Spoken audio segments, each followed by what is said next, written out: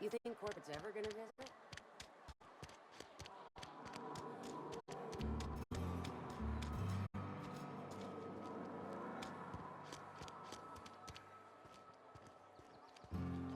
I've always felt weird in here. It's too clean. Hey there, Mary. Don't see you round here too often. Oh, I just came to talk to the vicar is all. None of us are above confessionals. What have you got to confess? You ain't thinking of deserting, are you? What? No. And I resent the accusation. Wasn't nothing but a question. Do excuse me. I must be on my way. Verity to you.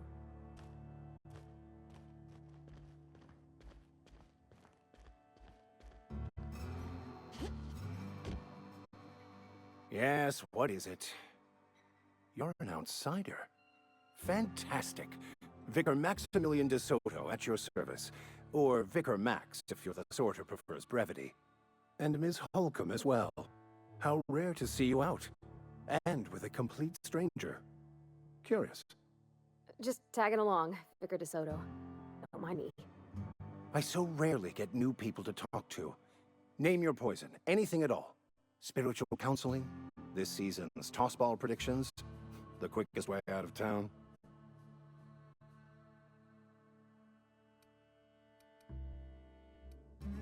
I've never seen you before, and there's been no paperwork indicating a transfer. Half the time it's wrong, but a new worker without paperwork? Unheard of. Also, you lack the distinctive worker gaze. Usually either a deadening behind the eyes, or in some rare cases, a wild-eyed frenzy, like a trapped animal. Pretty universal here, except for Ms. Holcomb, who, for some reason, doesn't seem to have much to say to me. Isn't that right? It's just... there's more to it all than numbers. Sorry.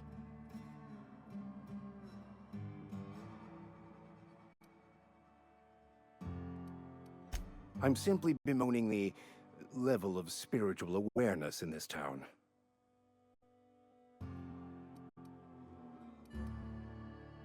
Yes, but there are few who hear me in this miserable place. I must double my efforts to elevate my flock. These are good, hard-working people here. Yes, and thank you for pointing it out. It is wrong of me to succumb to distress. This place could be so much more, and I will continue in my quest to make it so. They who are not satisfied with their work are satisfied with nothing. No? How about, work fortifies the spirit. True exhaustion awaits idle hands.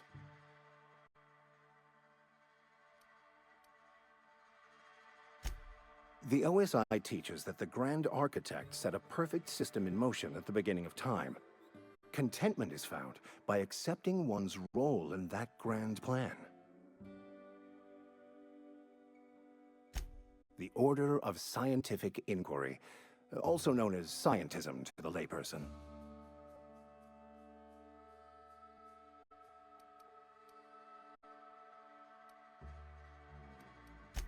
You don't talk to the Grand Architect. Once the universe was set in motion, it stepped back. It has no concern for us.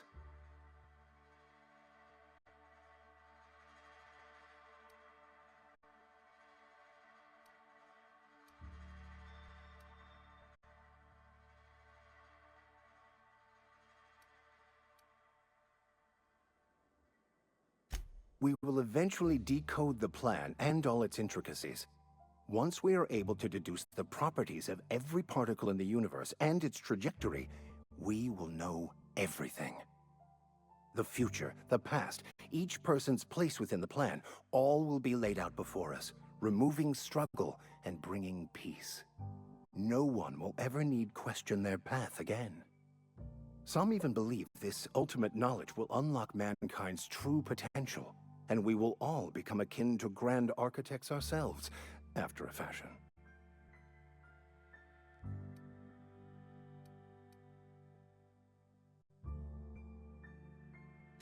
Well, First, there's the matter of the secret blood rites and animal sacrifices. I'm kidding, I'm kidding. Seriously, though, to truly understand the metaphysics involved takes years of study and contemplation.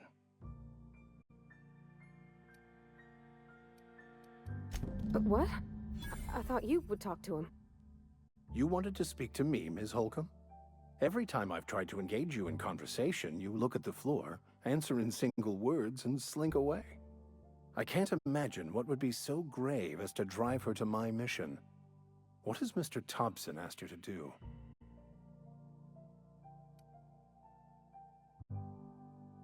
Depriving them of safety from the marauders and wildlife. I can see why that troubles you. Miss Holcomb has a soft heart. Always has, if you believe the talk.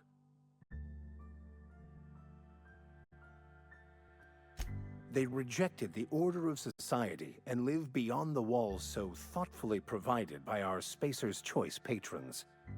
Does that strike you as a responsible life choice? Astute. But I am here, not in the deserter camp. So that's not a variable I can account for. Assuming your goal is to save as many as possible, then you should bring everyone together. Send the power to Edgewater and convince the deserters to return to the fold.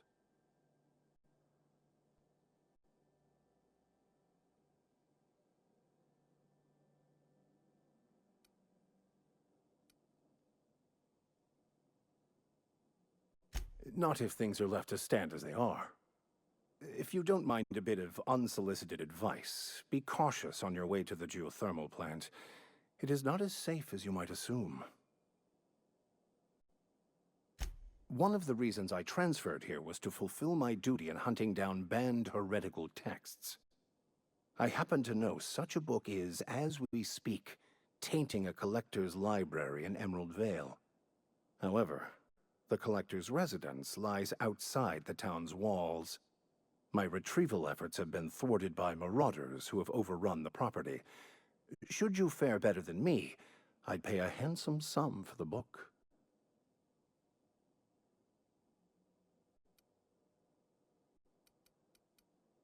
I just want to keep the writing out of layman's hands.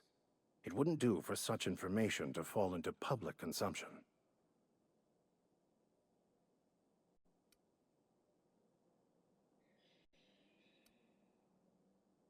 It's a handwritten journal, a faded blue cover with the name M. Bakonu handwritten in the lower corner. I'll mark where I saw it on your map. Assuming you're serious? It is not only a beautiful relic of a bygone time, it's also the thoughts of an early thinker on the nature of man's place in the cosmos. Not many in this colony could understand its true value, should they ever read it. Thank you. If you retrieve it, you can always find me here.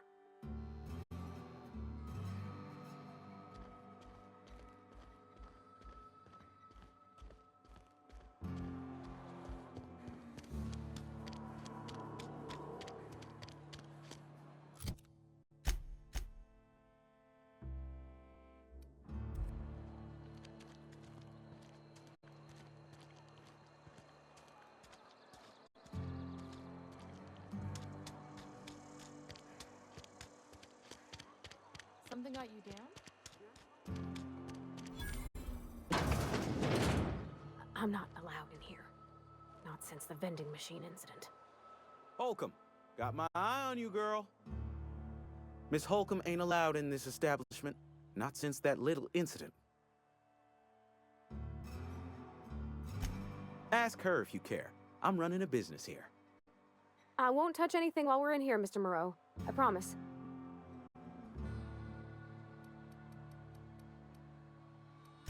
Music to my ears.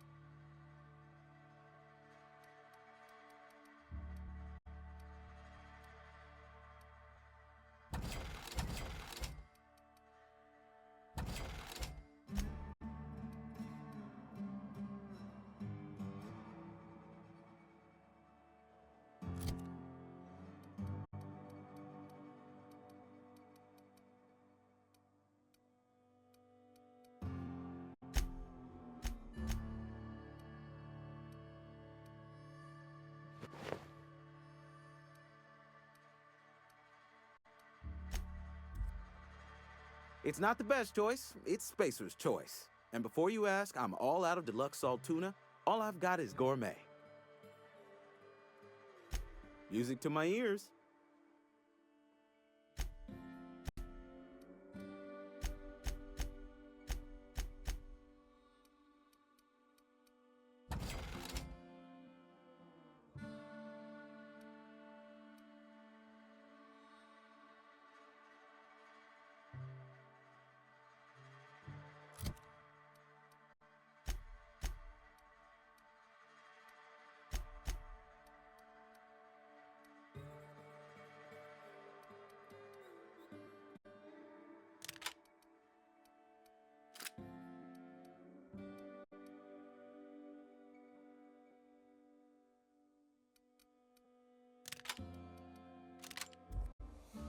It's not the best choice, it's Spacer's choice.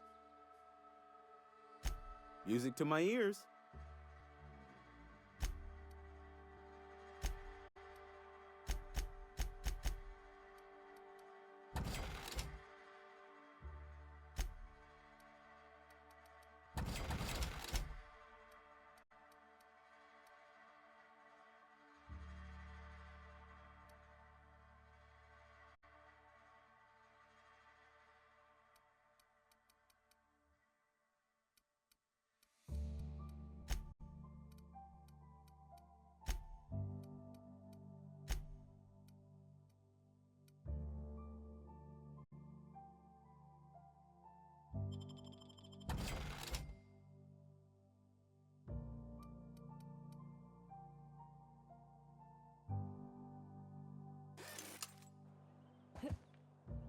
Spacer's Choice, the brand of choice for spacers on a budget. Go right ahead. What, you mean Edgewater? That's a peculiar question. This a test? Am I being tested right now? It's, fine and dandy. Couldn't be happier. Wouldn't want to spend my life working anywhere else. Prettiest little town on Terra 2.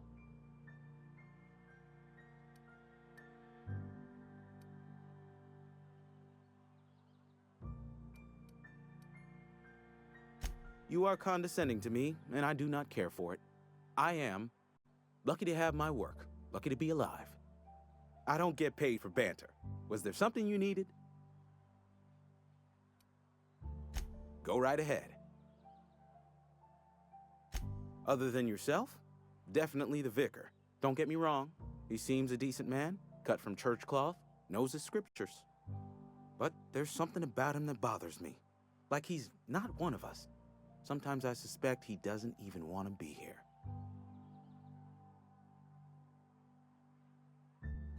Plague? I don't know anything about a plague. We are the very picture of hot-blooded physical vigor.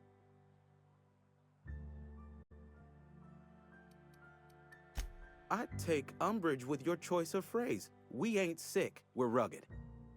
Some of us who get sick are liable to exaggerate the conditions of that sickness, but the fact is, if you work hard, you have got no cause to worry.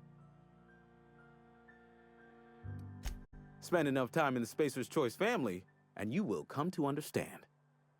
Medical treatment is commensurate with our value to society.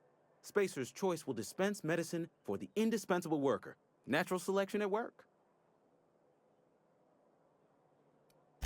Then the hand of medical science will not grace you with its touch, and you must recover on the virtue of your own grit. Listen, you mind if we talk about something else? Rambling about company policy gets me feeling all lightheaded.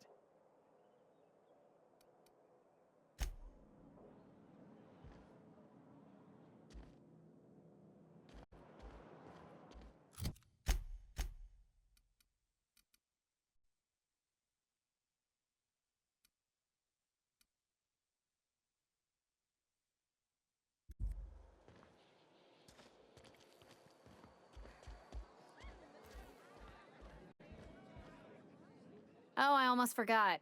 I'm contractually obligated to recite company slogans to any visitors. Plague got you feeling woozy? Get yourself boozy with Spacer's Choice. Go ahead. I don't see how that's any of your business. You're the first to ask after me in some time. I'll give you that. But I don't have a story to share. My family's worked Spacer's Choice for 2 generations, and I've lived in Edgewater just about all my life. Wanted to work in the sciences once upon a time. Would you believe it? That was a wild fancy. Glad I disabused myself.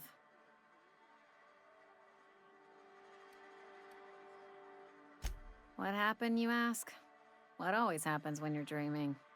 I woke up. I just didn't have the brains for it. Asked too many questions. Wasn't suited to the work. So I did the right thing and worked the life I was always meant to live. Now that I'm behind a bar, I can ask all the questions I want. Important ones. Like, when are you gonna pay your tab? And would you like another round of cold, refreshing 0G? Don't talk to me that way, please. Spent many years disabusing myself of that notion. Don't need you putting it back in my head. Lab work ain't for me. Never was. Never will be. Spacer's Choice put me where I belong, and for that, I am grateful.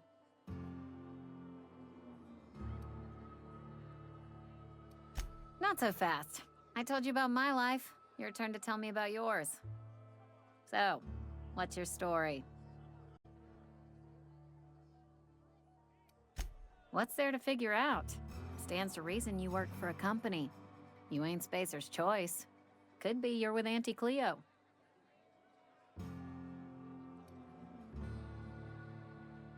You're one of those freelancers, then?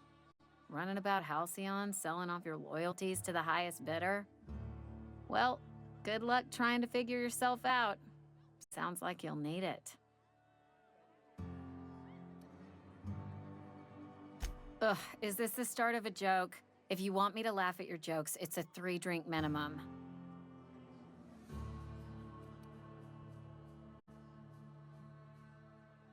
Most folk forget where they're standing after a few drinks. Seems to me you've got a head start. Anyhow, whatever happens outside the walls is not my business.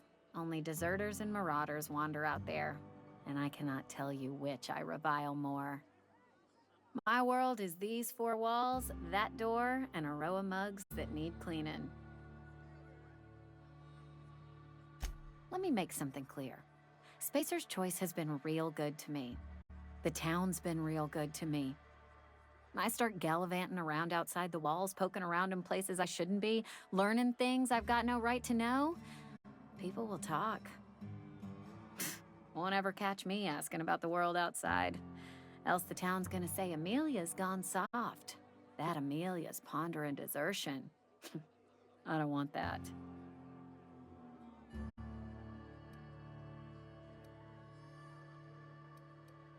There you go with that thinking again. Didn't anyone ever tell you it's dangerous? I've said enough. People come here to drink their problems away. If they wanted to face their problems, they'd go see our vicar.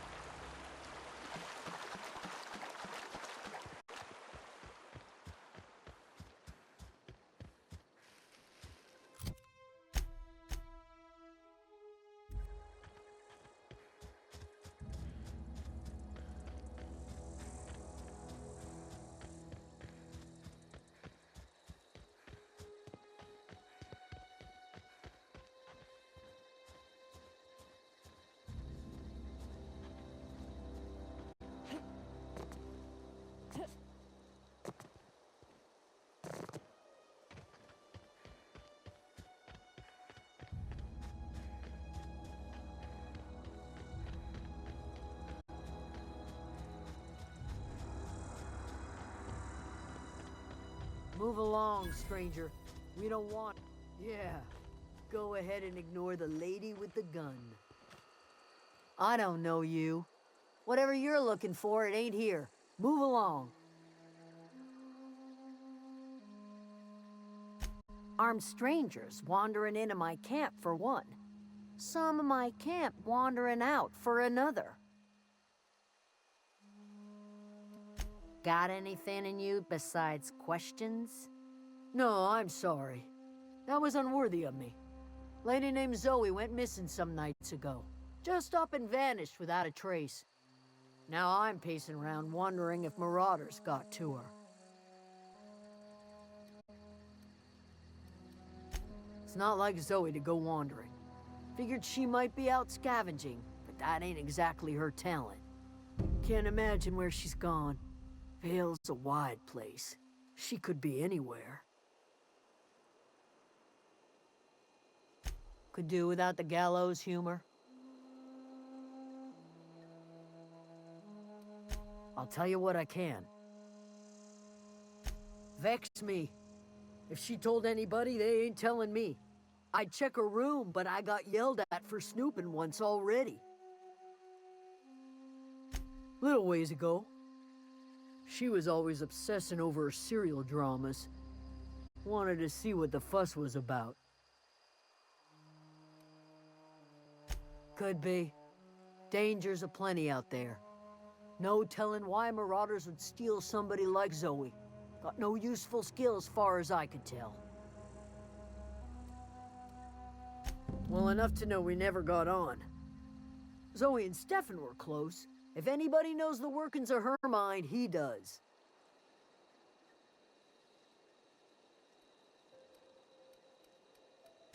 She was lazy and thoughtless, but she's still one of our own.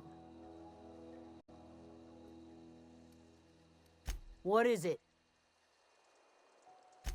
Over in the hothouse, tending crop.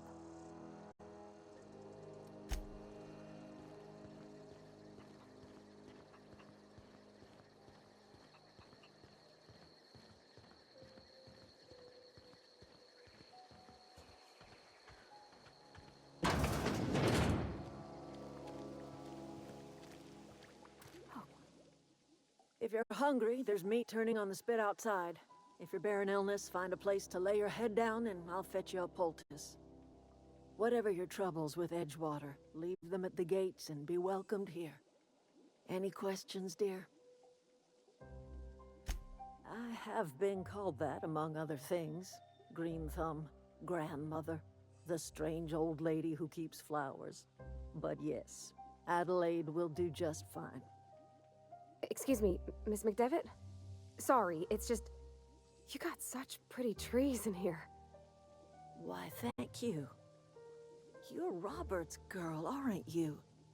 I remember when you were but a sprout. Thomas speaks of you often. Are you staying long?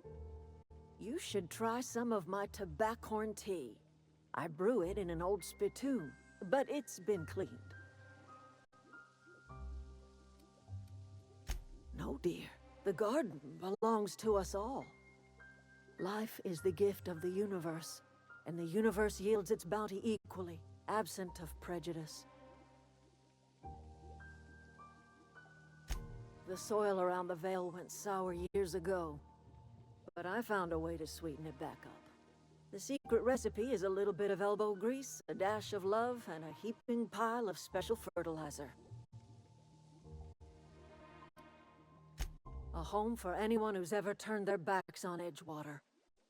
A home for those of us with nowhere left to go and nothing to lose. So, like the spores of the puffball, cast on the wind and alighting on fresh soil, we put down new roots. It is an unpleasant story, dear. But the short of it is that sometimes one wakes up and realizes the place that was once her home for much of her life has changed. The home in which we spent our lives has left us behind, and so we must move on. And that is as much as I will say on the subject. Reed Thompson, you here on behalf of that cold-eyed reptile? Let's hear it. What's Reed's idea of peace, then?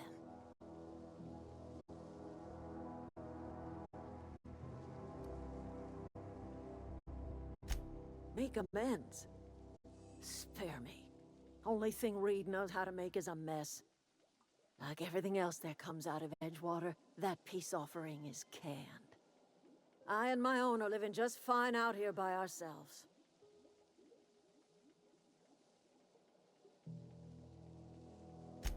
He would do such a thing. The question is, why would you agree to his plans? Cannery's got a regulator. You want ship parts, you ought to rip them out of the cannery's guts and leave us be. If you're going down to the plant, you should divert power away from Edgewater and toward our end of the grid. Think about it. You'd be liberating an entire town from a lifetime of service to that odious cannery. Seems the sort of thing a hero would do. You've seen that miserable excuse for a town with your own lamps. Hollowed out workers laboring their lives away at the cannery, living off whatever scraps Spacer's Choice throws them. You know that's true, don't you, Ms. Holcomb? Your father died of overwork. His heart gave out. He was tired all the time, sure, but he was old, ma'am, and he raised me all by his lonesome. Look what they did to this child. Lost her family to the company, and still she defends them.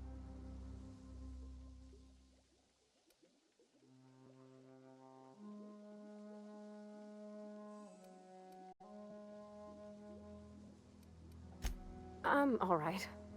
I ain't so fragile. That was unkind of me. I'm sorry, dear.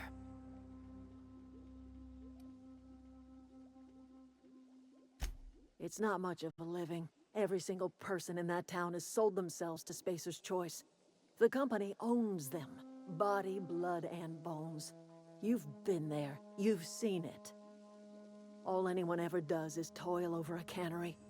They give their lives for some heartless corporation, and then they're tossed into a Spacer's Choice brand cemetery.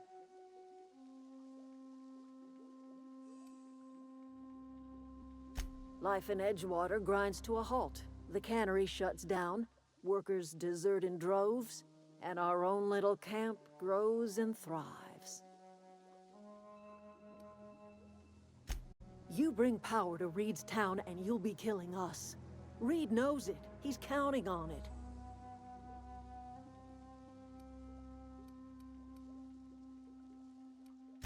I trust you will listen to your conscience.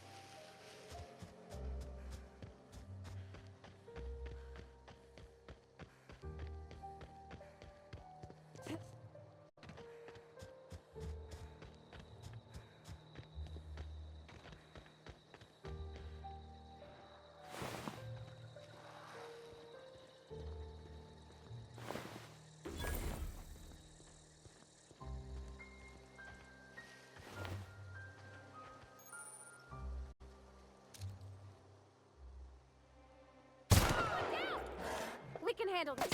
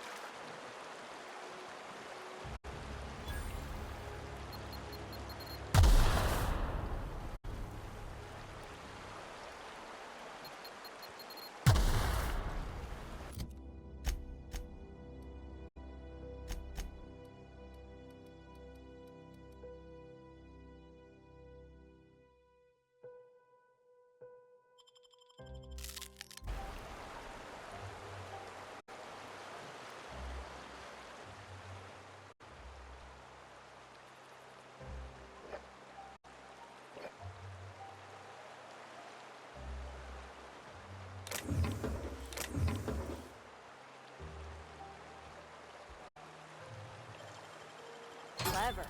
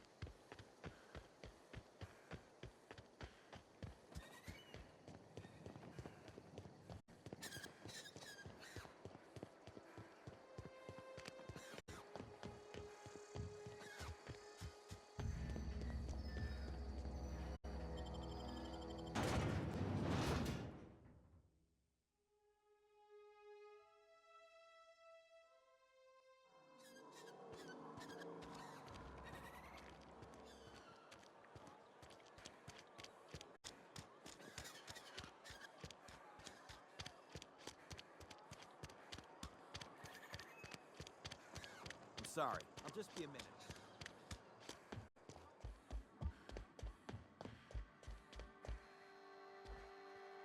Any progress on that matter we discussed? Wonderful. This is fantastic. Well worth all the sacrifices I... Wait. What the fuck is this? Is this... French? I can't fucking read French. It's a law-forsaken joke is what it is. French! Ha! I was so high and mighty, preaching to the yokels about following the plan, while fighting it at every turn.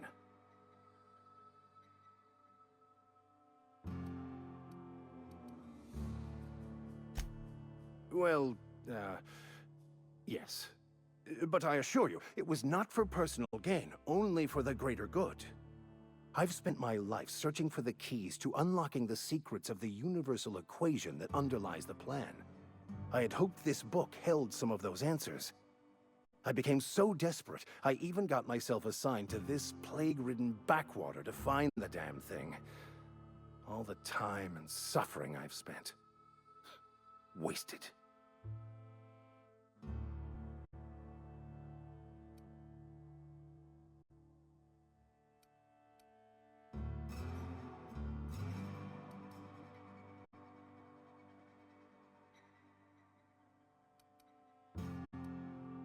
Bakonu, the author, had some interesting theories about man's perception of reality that I thought could be applied to our attempts to decipher the plan.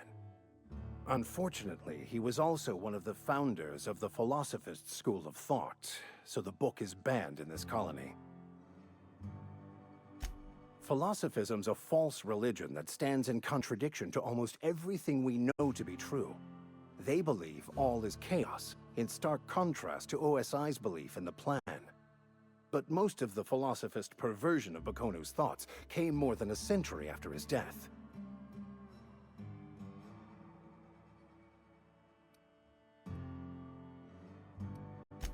Please. As if my life should have no greater meaning than proselytizing to a bunch of feeble-minded wretches. Nothing could be more excruciating than discussing the true nature of reality with people who have no interest beyond their next Aetherwave program. But that's neither here nor there. What I need to do now is to find a translator, obviously. But to do that, I'll first need to secure transport. You have a ship. Perhaps I could make myself of use to your crew.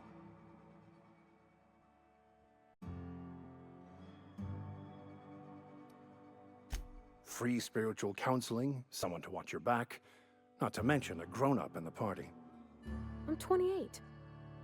Exactly. I'm pretty handy with a tossball stick, or any blunt instrument really. I'm also a passable gun hand if it comes to that. I can usually talk my way out of conflict, though.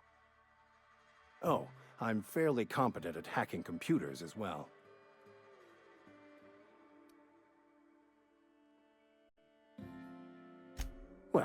Understanding computers is, though I admit I took it further than most. And I was quite the 32nd back during my seminary days. Left many an opponent bleeding on the field. Of course, I'm a vicar who is dedicated to his calling. More dedicated than any other you'll find in this colony. I joined the OSI to help decipher the grand plan. But instead, I ended up the vicar in a prison due to ignorance and politics. Then I came here. Satisfied? Most laypeople are not aware of this, but we've not discovered any new insights into the plan for a long, long time. I had an idea that we should welcome the truth, no matter where we found it. I had the worse idea to share my thoughts with a superior. And that's the long and short of it. So, what do you think? Fantastic. Let me get my things in order and I'll catch up with you. Edgewater's gonna miss you.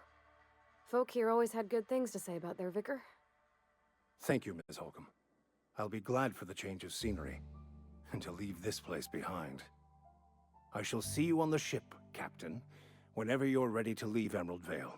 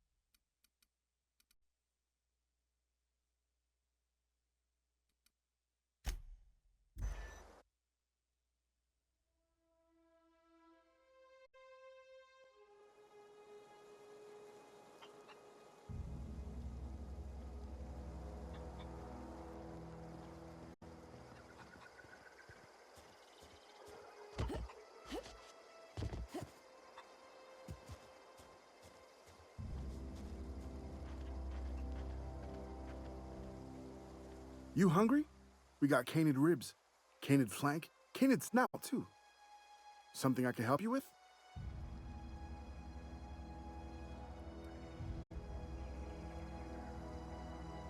Fresh off the limb, and that...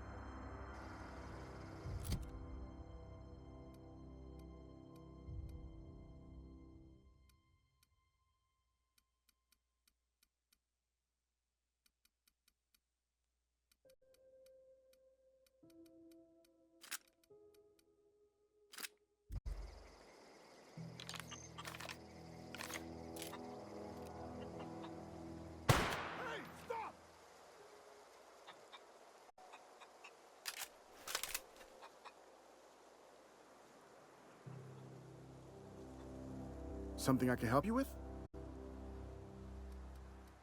Fresh off the limb, and that includes canid meat.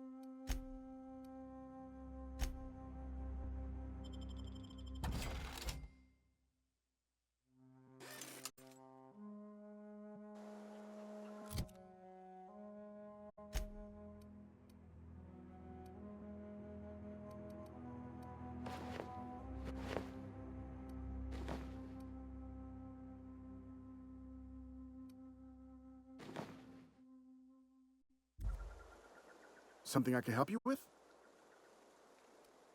Fresh off the limb, and that includes canid meat.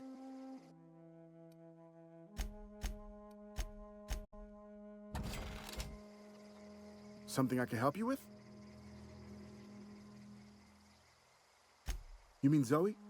Yeah, we were pretty close. Not like her to go loping off.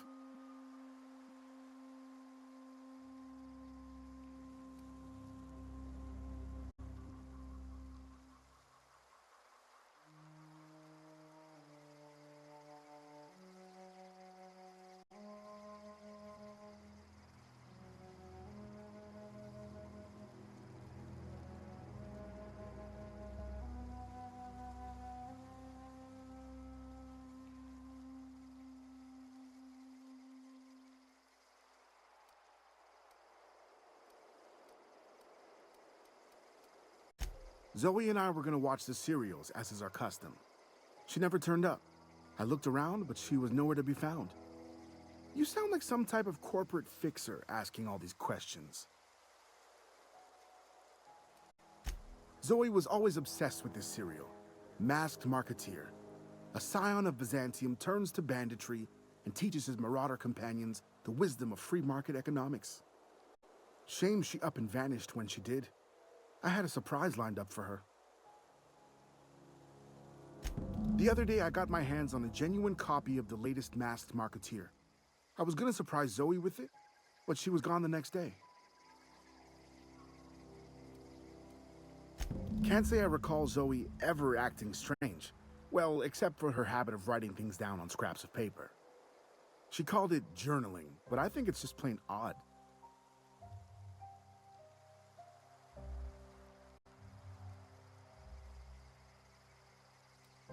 Hey, I got time.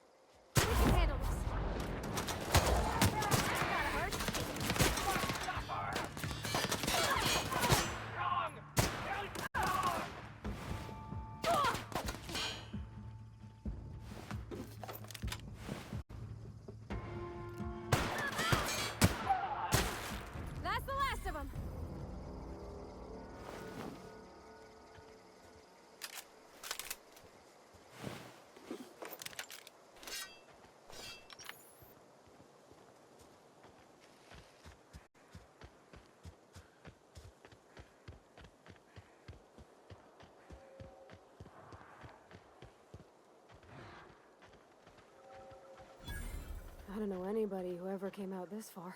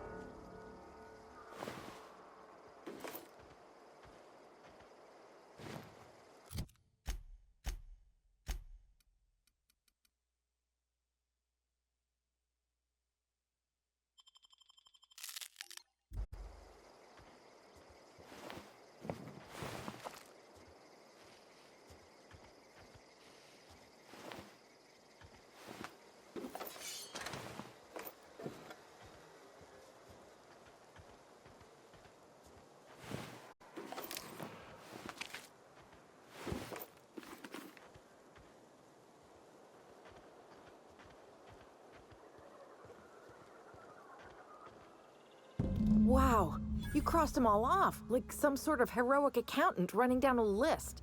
Teach me your ways.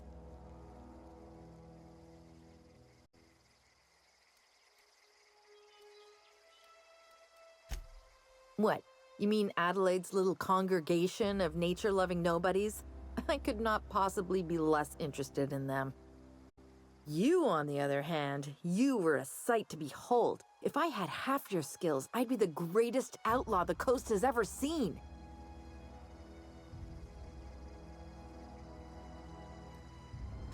I'm great at clarifying. No. I insinuated myself into their company, see?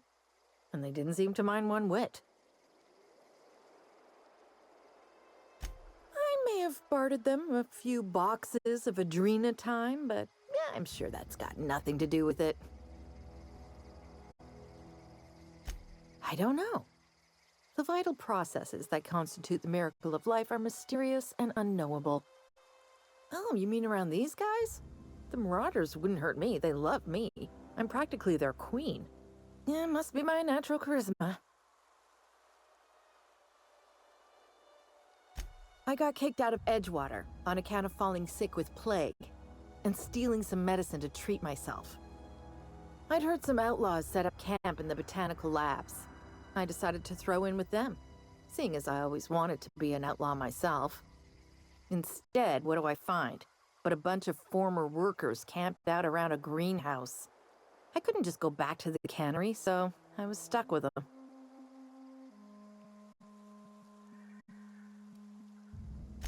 I've got all the time in Halcyon. Why? Adelaide wants me back on garden duty or something? Thanks, but I'm not going anywhere. This is where I belong.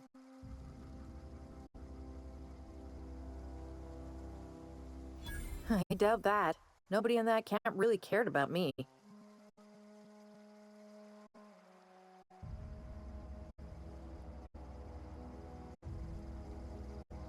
Yeah, I suppose you're right.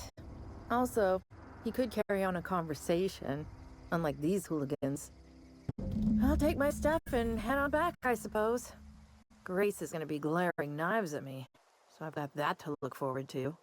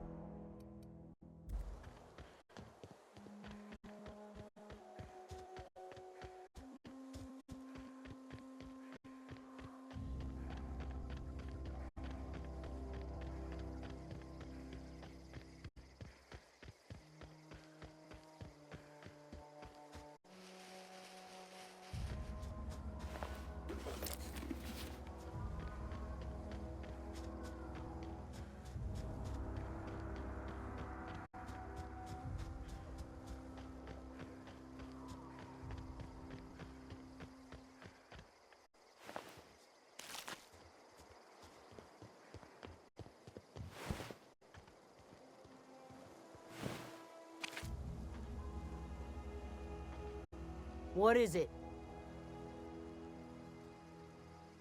We didn't always get along, but I'm glad to know she's safe. What happened, anyway?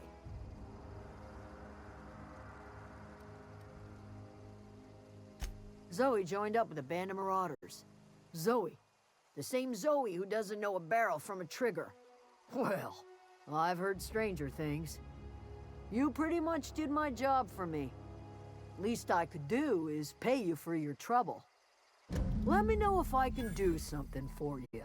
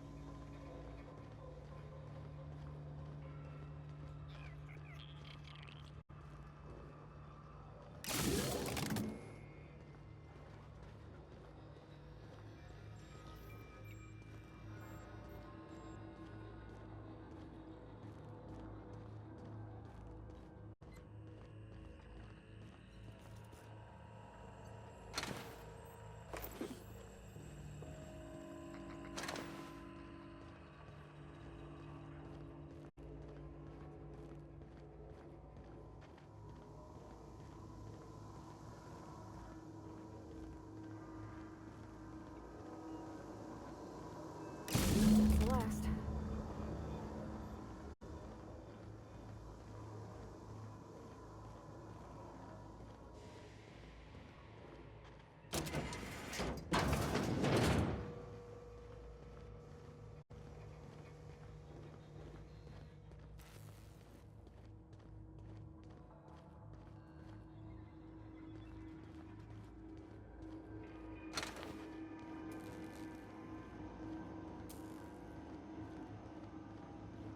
Once we do this, there's no going back.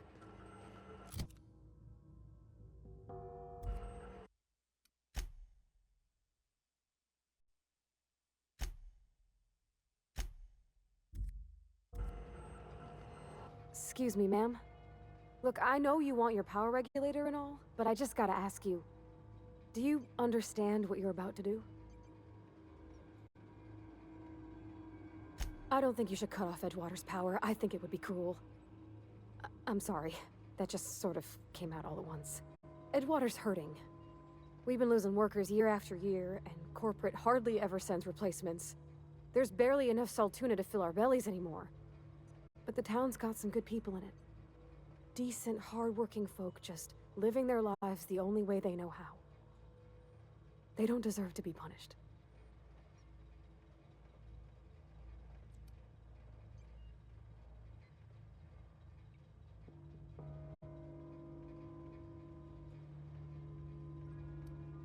Miss McDevitt's built something beautiful. Somehow, she's talked the ground into giving life again. It's plain to see she's made the Vale a better place. Fed the hungry, tended the sick. Gave a home to those that had none. But Miss McDevitt delights in Edgewater's suffering. She wants to hurt the town. Do you really want to be party to that kind of hatred?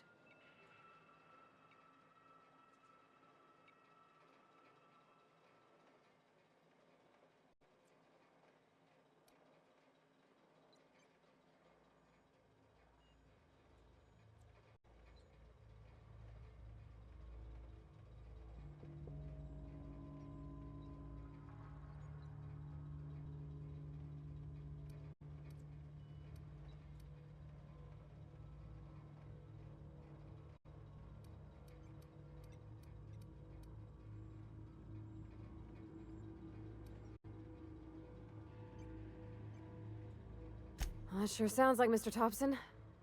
If he was standing here, I imagine he'd remind us of how we're all one big, happy Spacer's Choice family.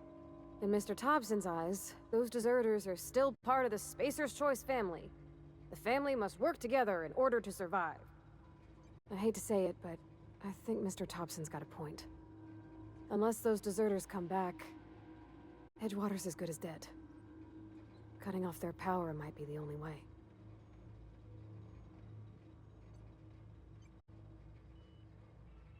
Sorry, I didn't mean to babble on like that. I felt like I had to say something.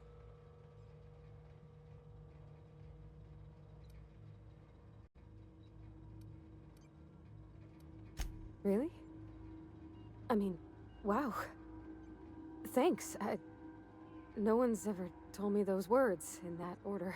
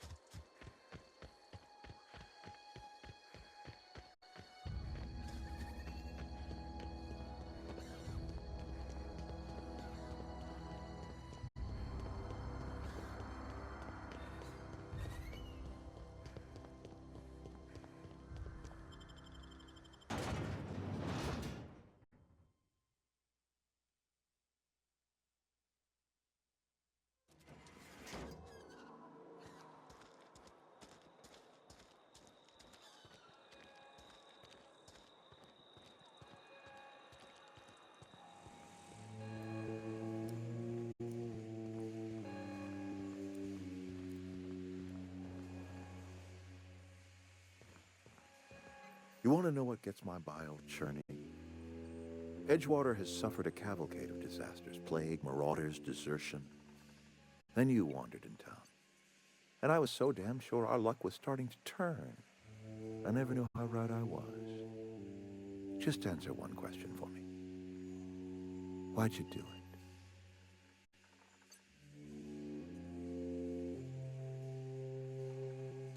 That power regulator is company property. Whatever you were hoping to find down here, I advise you to turn around and leave. I have got guards posted with orders to fire on you.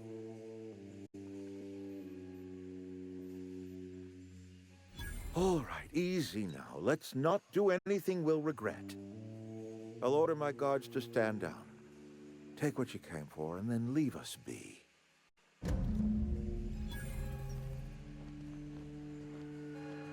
Stand down, all of you. We're done.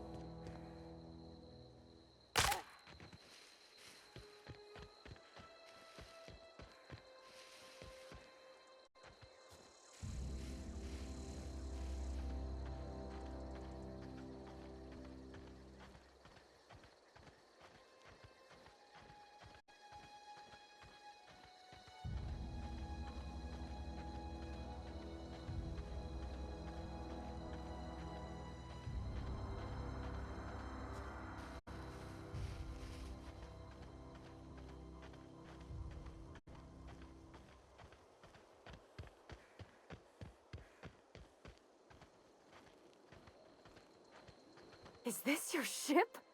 Oh my stars, she is just so handsome! Does she have a name yet? What's her drive model? Oh, gosh. Listen to me babbling. When I was in Edgewater, I dreamed of flying on a real ship, working on a real engine, belonging to a proper crew. Edgewater won't last another season without power, but that don't change the fact that I'm indentured to Spacer's Choice. Company expects me back at my post.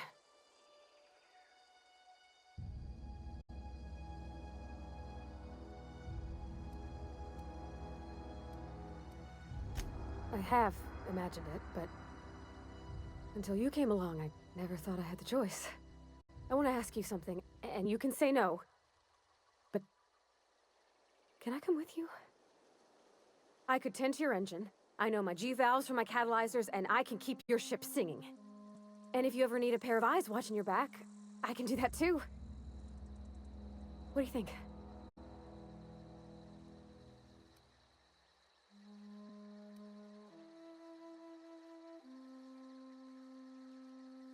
Yeah, I've been thinking about that. I had my misgivings about Miss McDevitt and the deserters, but you took pity on them and sent power to their garden even though you knew Mr. Thompson would hate you for it. All this time, you've been determined to get your regulator back, get your ship up and running, and cut a path out of this place. And well, I want in.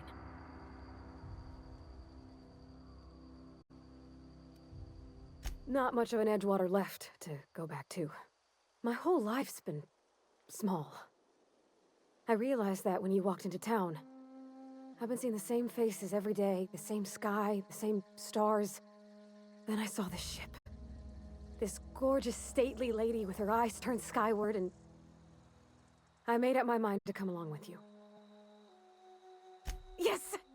I mean, thanks. You won't regret this, ma'am. Captain.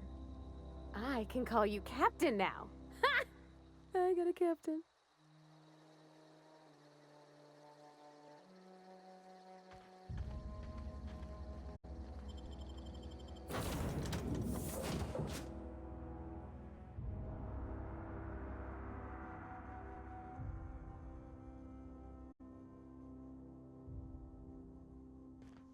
Well, I certainly am looking forward to flying on a ship named the Unreliable. I'll just head upstairs and claim a room.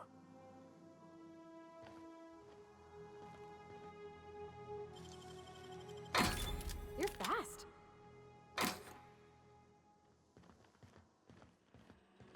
Captain, I have detected that the town of Edgewater is now without power.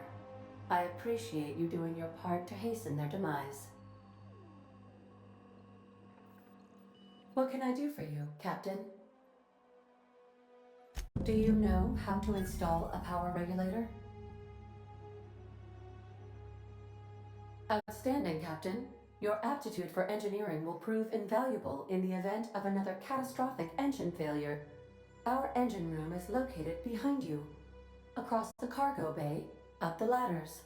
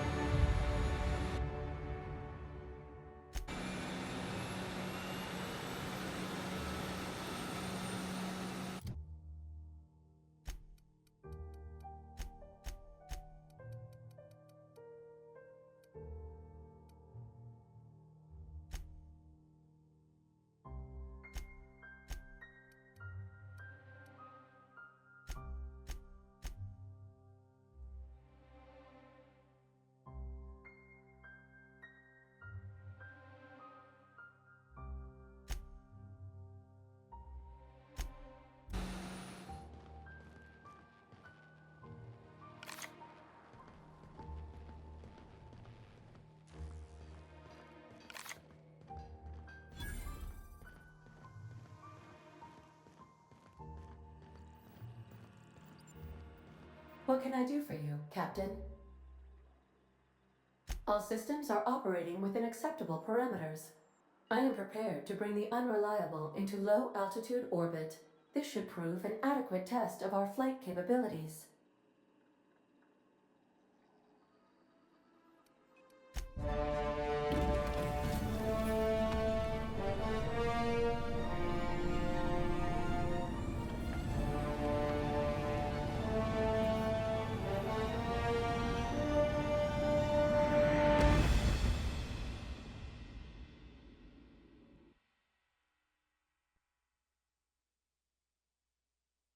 We have received a communication request from Dr. Phineas Wells.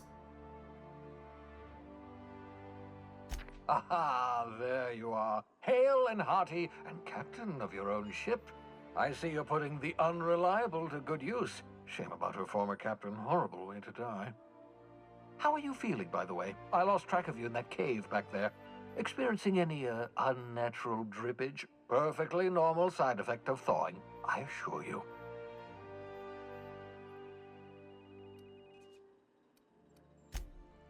Oh, that, yes, that's probably permanent. I wouldn't worry about it, though. I'm sure you're fine. What you saw in Emerald Vale is happening all across the colony. Food shortages, lack of supplies, and basic necessities. We're dying. The chairman, the minister, and all their lackeys on the board are to blame. The Hope has some of the brightest minds Earth ever sent us. If we can revive the Hope's colonists, they can help us undo the board's mistakes. They can help us set things right. You need to get to Stellar Bay on Monarch. I have contacts there. They'll help me, help us, find the chemicals to revive your fellow colonists. Gladys Kelly, lovely woman, runs a cozy little black marketing outfit on the Groundbreaker. She can get you a nav key to land on Stellar Bay.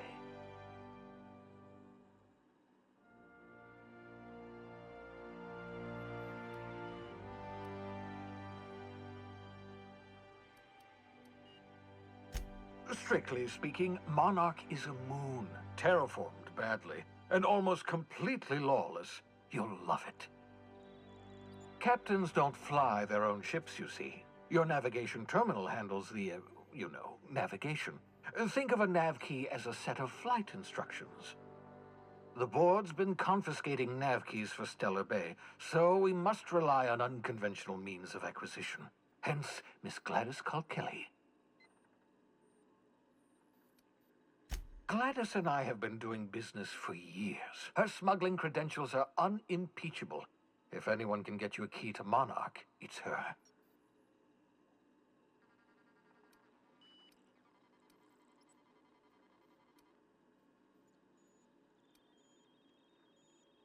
Criminals? Goodness, no. Smuggling is a perfectly legitimate business venture. If misappropriating board property is a crime, well then, throw me in Tartarus. Plenty of ways to make money in Halcyon, you know. Not all are above board. Oh, above board, above the Halcyon board. Get it? Well, yes, someone has to be after all. Without a skip drive, good luck. You'll be dead before you make it to the nearest star. Look, I admire your optimism. But the sad truth is you're stuck here. You, me, and the rest of this colony. We're all skating precariously around the edge of oblivion together. None of us are leaving Halcyon alive, so we may as well make it a better place. And we can start by reviving the Hope. Excellent. I'll send her a wireless. Let her know you're coming. By the way, I gave Captain Hawthorne a disguise apparatus of my own design, cutting-edge technology, years ahead of its time. I call it the Holographic Shroud. I'm sure it will prove remarkably useful to you. You'll find it in the captain's quarters.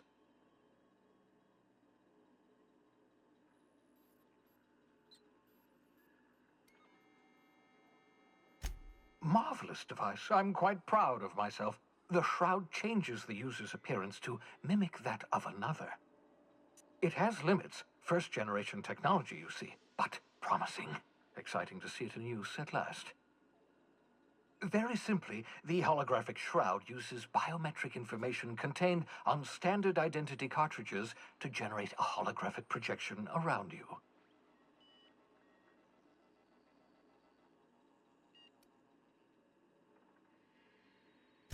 Only stands up to a casual scrutiny. Use it too long, bound to flicker, blur, something like that.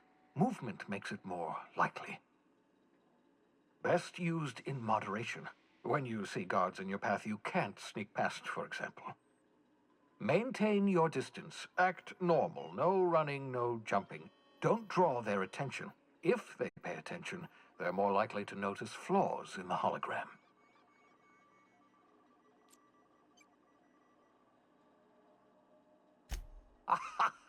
A change of clothes. What is this? Some old spy serial? What inattentive and brainless guard would be fooled by such a shabby disguise? The holographic shroud masks not only your clothes, but your face and fingerprints. It modulates your voice and sweetens your breath.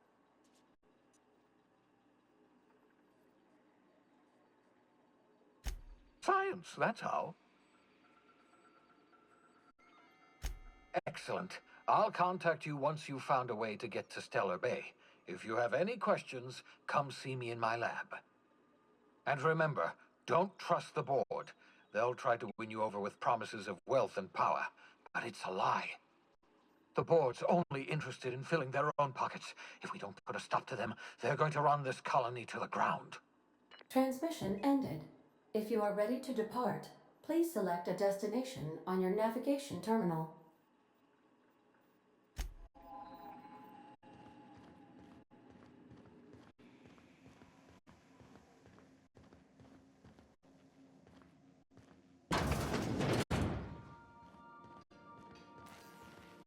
Yeah, so this is my hidey spot now.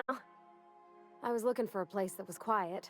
I figured the kitchen would be louder than the hold, so here I am. Cozy-like, ain't it?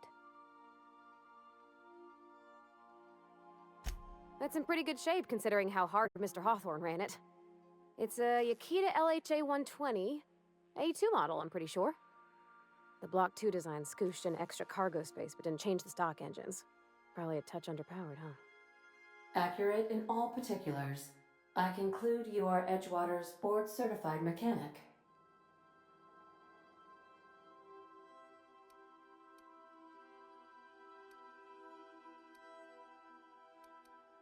So you're gonna call her it, not she? Though my voice is currently pitched to suggest female, I possess no gender. Any pronoun preferred by the user is acceptable. Hello!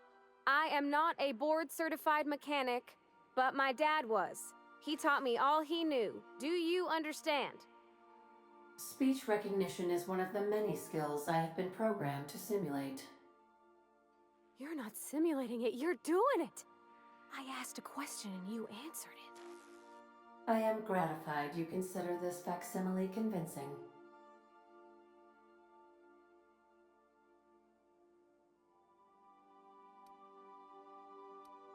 I don't see any holes in the hull. I'll take a good squint at her, make sure everything's tip-top. But I think we're cooking with plasma torches. You can do that, you know. My dad taught me how to make grilled cheese sandwiches with a plasma torch.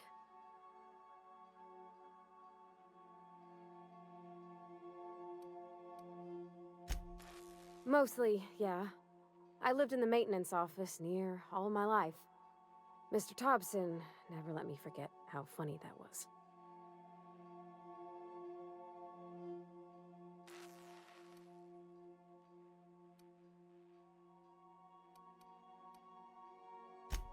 I'm not exactly a model employee. Not like you wanted. The kind that stays quiet and gets the right work done in the right order every day. It's not normal for anyone to do as their parents. You take a vocational test. That decides your schooling and your career. When I tested out for maintenance, everyone figured it was on account of my dad. They were real unhappy with us.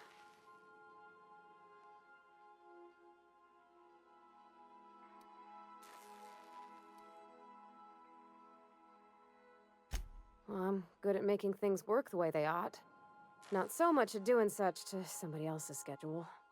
There's times I'm working deep in the guts of a loader, getting it all running perfect. Then I look up to see it's tomorrow and I've blown another deadline. Anyhow, I was happy to get back home. I didn't care much for schooling.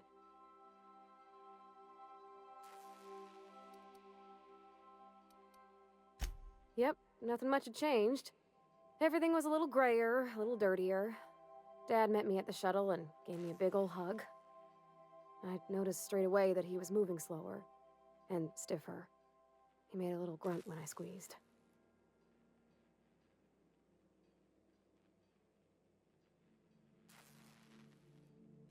About a year.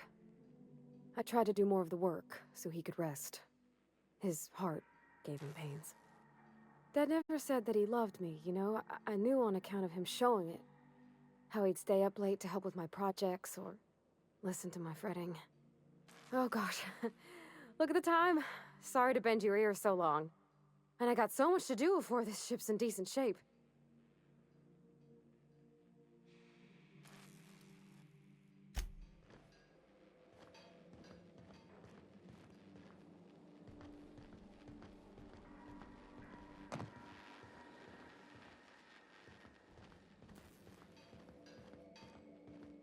Want to be a brand new you? Try out our respecification machine. Alex installed it himself. right before he died.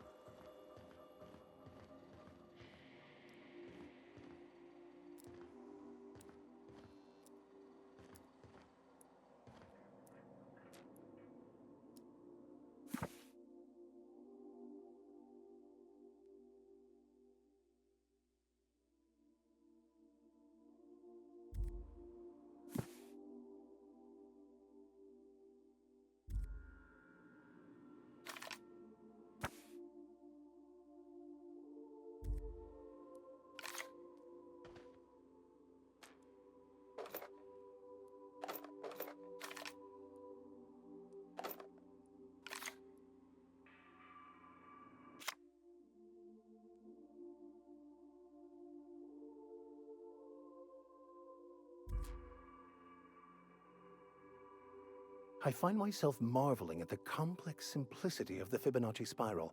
I'm sure you know what that's like. Something vexing you, Captain?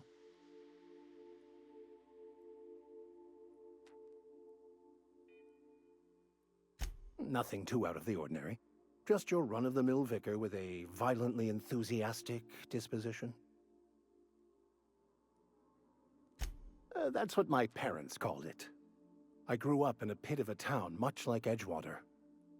I was destined to be a laborer like my parents, but I was infected early with a need to solve the equation. My passion didn't sit well with them.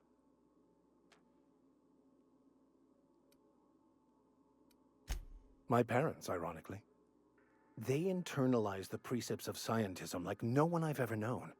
They had a pure faith, a faith that brought joy to them regardless of the situation. I envied that. I wanted that peace. I thought if I became a vicar, I could find it. Or at the very least, find out why I lacked it. They thought I was fighting the plan, should have accepted my lot. Some people pursue the clergy for power, prestige, but that was not me.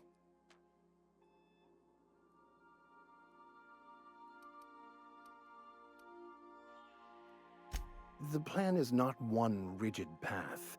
There are a variety of multitudes contained within it. Our paths have variance, but we'll end up adhering to it, whether we like it or not.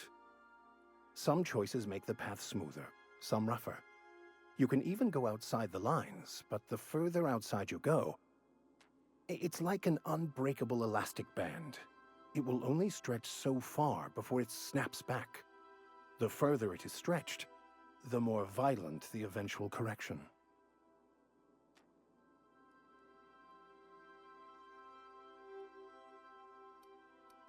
Nothing too out of the ordinary. Just your run-of-the-mill vicar with a violently enthusiastic disposition.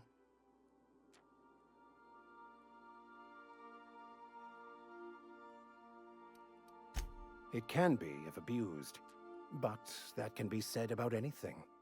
However, in the case of the board and Halcyon, sadly, I believe you are correct.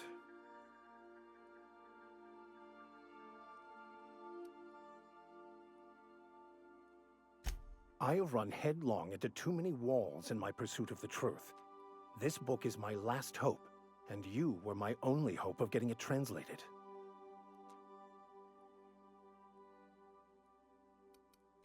I honestly don't know what I'd do.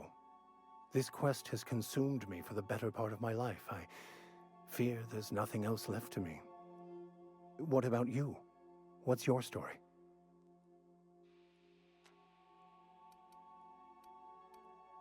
And how did he do that?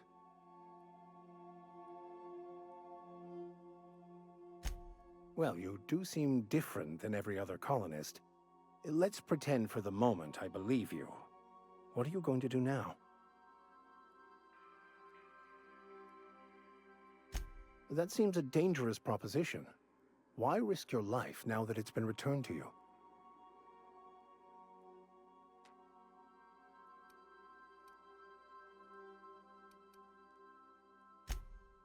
Oh, I see.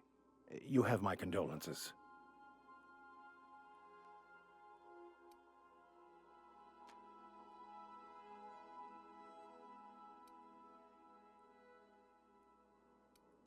I've been thinking on that. There's a former infamous philosopher scholar who fled Terra 2 some years ago. He's an expert on Bakonu. He's also who told me of the journal's presence in Emerald Vale.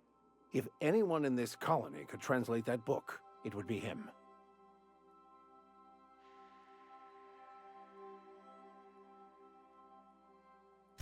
That's a good question. We should start on the Groundbreaker. It's where I'd go if I wanted to get off Terra 2. Great place to pick up a ride to Hephaestus, Scylla, even Monarch. All I need is access to a data cartridge from the security terminal.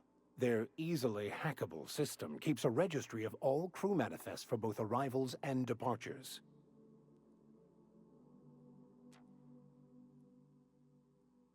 I'll comb the last 6 months of departure manifests to track the Philosophist's off-world destination.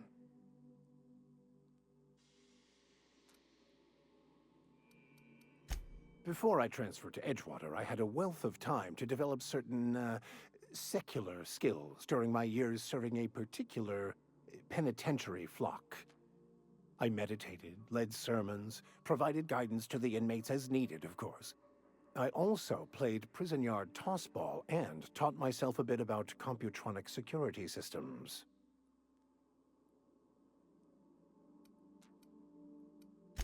Thank you, Captain.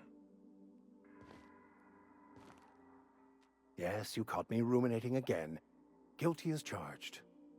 What's occupying your thoughts?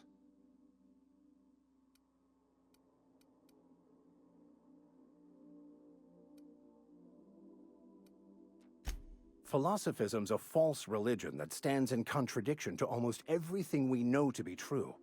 They believe all is chaos, in stark contrast to OSI's belief in the plan. But most of the philosophist perversion of Bakonu's thoughts came more than a century after his death.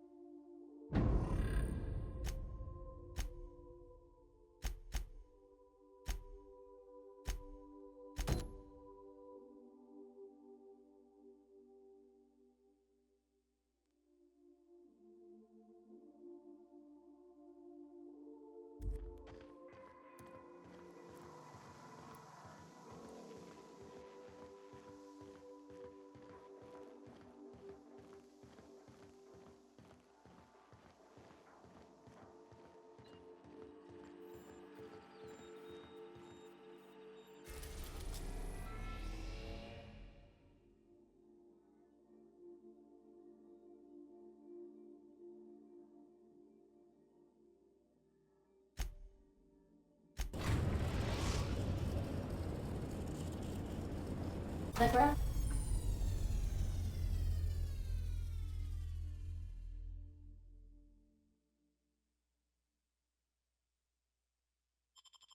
Groundbreaker has approved our request for docking, Captain. You're free to disembark.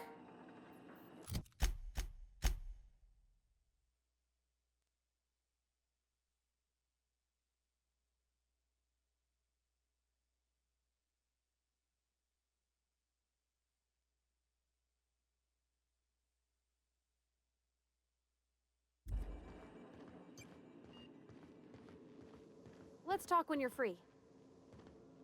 Hey, Captain. I heard that Groundbreaker's got a real good engineer.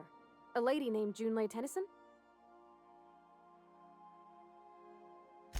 I was thinking that maybe I ought to meet her. If you got time to swing us by, I mean. I don't got much experience fixing actual spaceships. I bet you a can of Borston beans she could teach me all manner of stuff.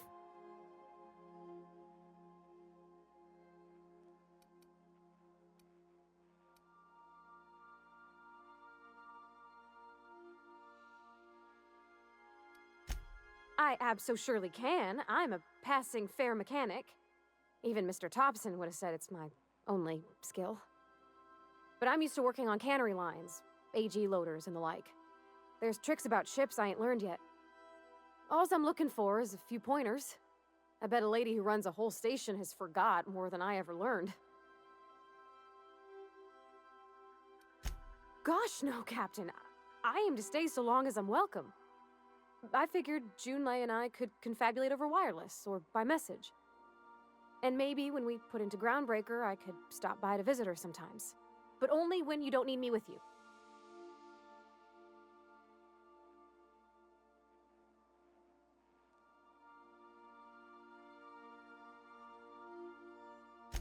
Thanks, Captain. I'll be sure to make it worth your time. Did you want to talk about something else?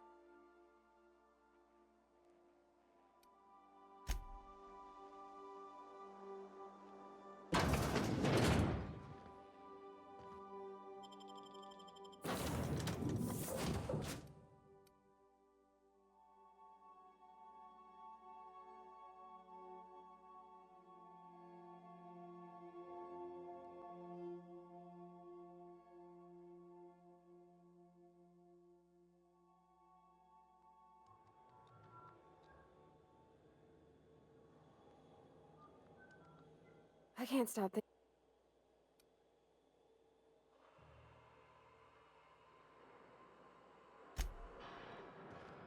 Captain. Hey, Captain. I'm in space. I never thought I'd be able to say that.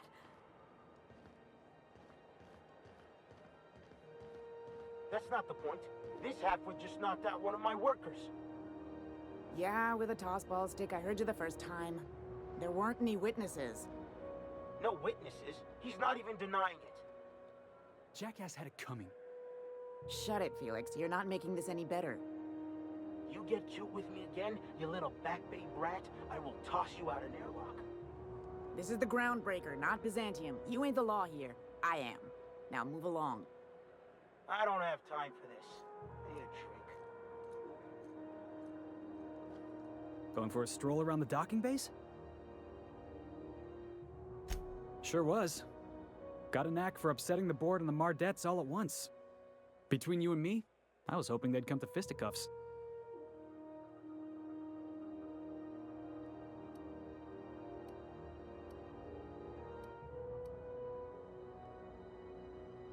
The guy insulted my Rizzo's Rangers, all right? You can't just insult my Rangers and expect to get away with it. So, of course, I decked him with a tossball stick. I mean, what am I? Some kind of fair-weather fan?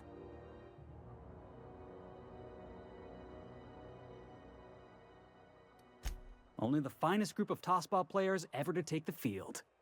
He's a Spacer's chosen man, though. So when the Chosen beat my Rangers the other night, my foreman comes swaggering up with his head full of boasting.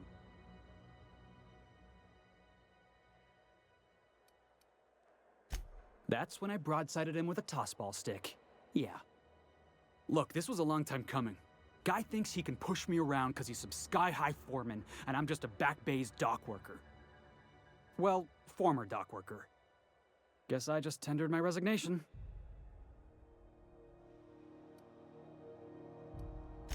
Enjoy my freedom. Scrounged together enough bits for a 0G. Other than that, can't say as I do. Hey, not for nothing, but I saw you wander out of that ship over there by the dock. Wouldn't happen to be yours, would it? Captain of the Unreliable. You're like something out of a serial drama. Hey, I don't want to talk your ears off, guessing you got places to be. I appreciate your time. Felix Millstone. Pleased to make your acquaintance. See you around, boss.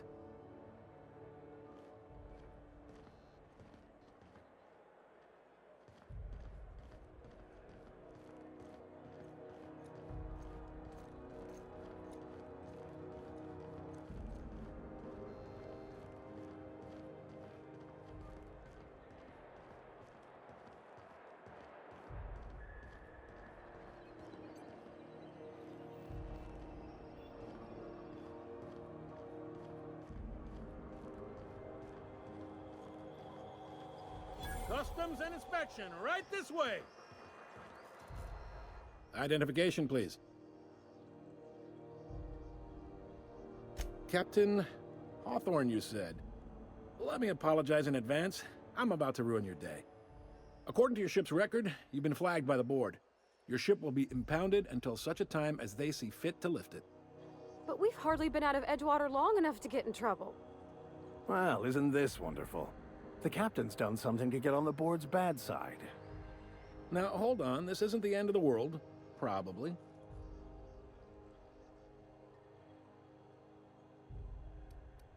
You'll want to take it up with Udom Bedford, our board representative here on Groundbreaker. His office is located along the starboard wall of the promenade. Shines like a Byzantium commode. You can't miss it. Access to that information is above my pay grade, and I've turned down 3 promotions, so it stays that way. I shouldn't be mentioning it, but what the hell? This here, impounding your ship, it doesn't happen much. The board knows we don't take kindly to their interfering in our operations. If I had to take a guess as to why, you must have riled up someone important.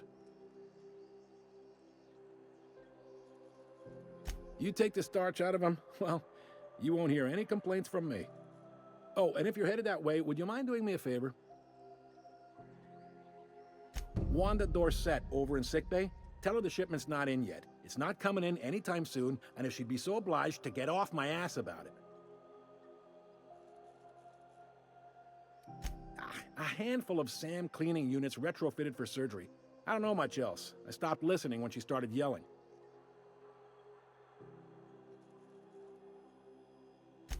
Much appreciated. Is there anything else I can help you with?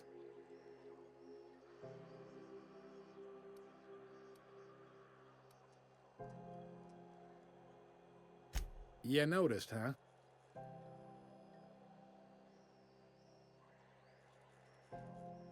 What can I say? We're passionate folks, and the board can't abide that independent spirit, especially not when it might impact their bottom line. All their interstellar freighters come through us, and we skim a few bits off the top in manifest processing fees with every one. Folks around here will bluster that the board hates our freedom, but really, they know we can stop their out-system shipments anytime we like, and that terrifies them.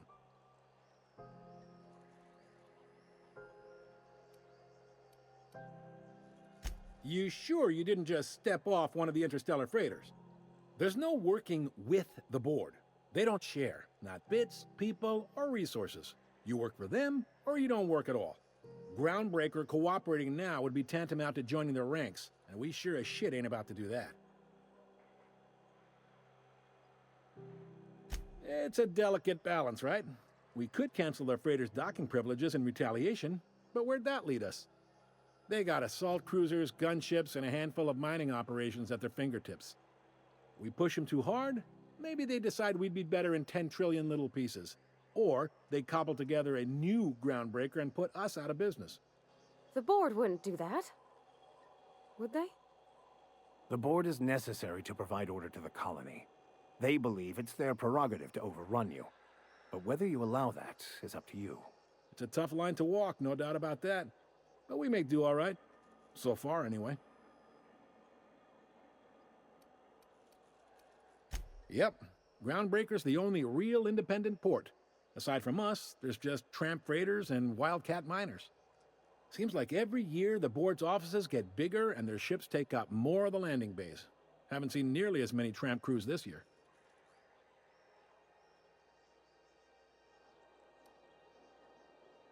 Sure thing. He's friendly enough unless you speak ill of the board. Get the sense he doesn't care for Groundbreaker much. Not that he would, being a board man and all. He's our liaison. Sure thing. Maybe. Most of the shipping traffic in the system passes through Groundbreaker. Every couple of months, we even get a big interstellar freighter. 2 biggest operations are the board. That is, Halcyon Holdings and Sublight Salvage. But there are independent operators around the promenade deck. Most of those jobs are going to take you off station, though.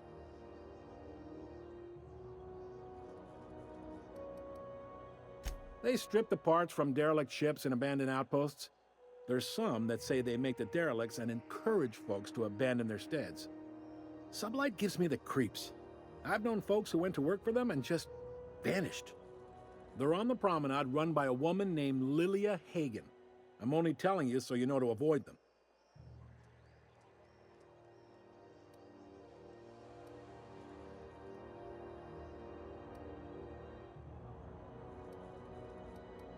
Relative to the board holdings? Not really. But there's a few with the means to go where they will. They aren't rich, but they aren't likely to look too close at your work history either. Are you pulling my leg? You must be one of them long-haul freighters from outside the colony. Well, I won't hold it against you. Goes like this. Back on Earth, before the crossing, the powers that be were selling off stakes in distant star systems they thought had potential. A bunch of companies decided to throw in together and form the Halcyon Holdings Corporation, then buy up the rights to this here colony. That group's what we now call the Board.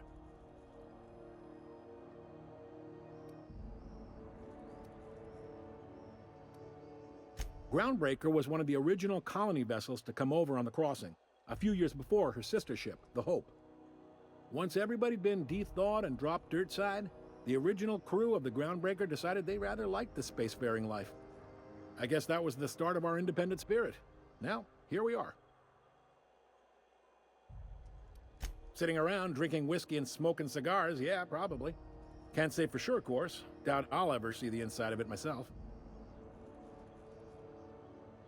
Glad to help. Commandant Sanita might have a couple of folks she needs killed. Bad folks, I mean. Not regular folks. She'll be at the security desk behind me. Chief Junlei might have an errand needs running. She's all tied up trying to fix our heat problem. You'll find her in engineering. No kidding? I'd love to get a look at this old girl's innards. I bet they're real twisty and weird. In a good way.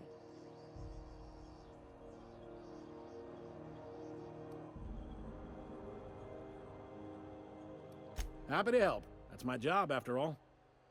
You're real good at it, too. Well, thank you, miss. It's nice to be recognized. Yep. Can we move this along? I have a certain, matter I'd like to attend to, Captain. All right.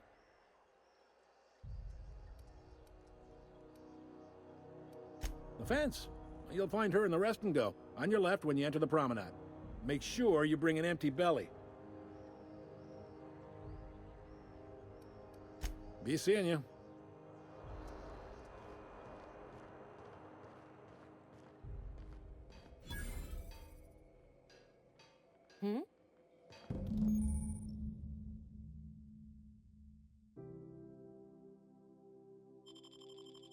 This is it. Security. I can check the departures registry to find out which crew the Scholar shipped in and out with. I picked up this weird signal the other day. It was coming from Monarch. Here we go again. No one lives on...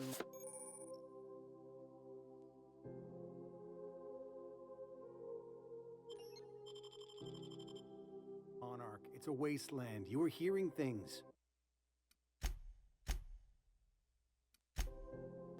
No, seriously. There was a lot of static at first. Then his voice said his name was Graham? Graham, right. Broadcasting on a dead world full of monsters. Now I've heard everything. You know, it takes more muscles to frown.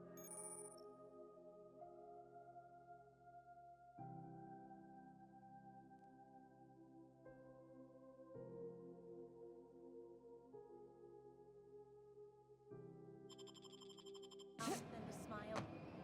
Who told you that?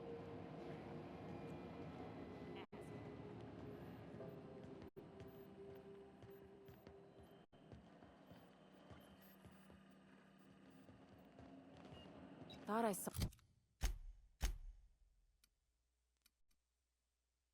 something. Here they come.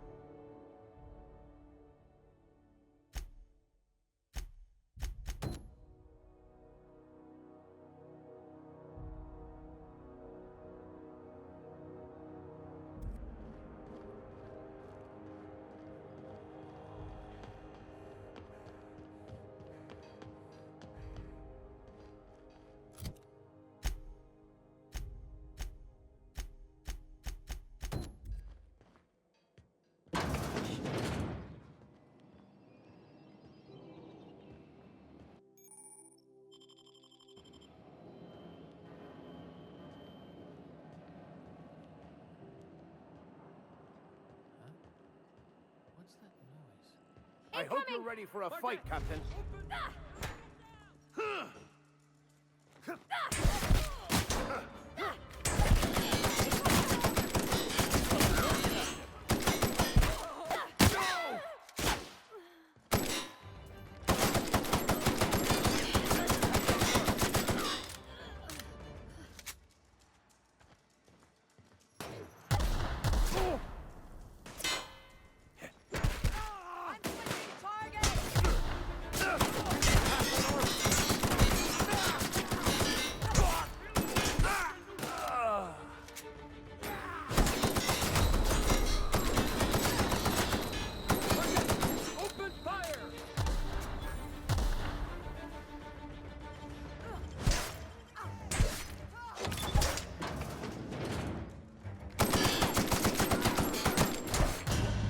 Somebody clean up this mess.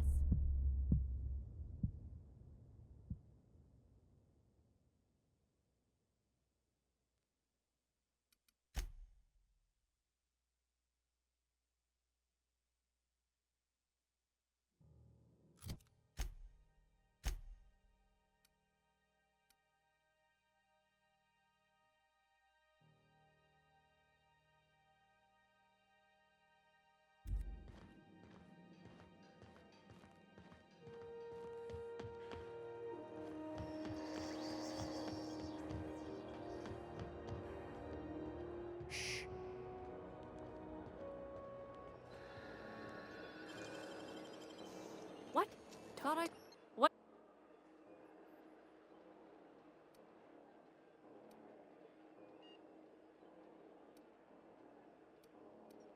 All right, move along.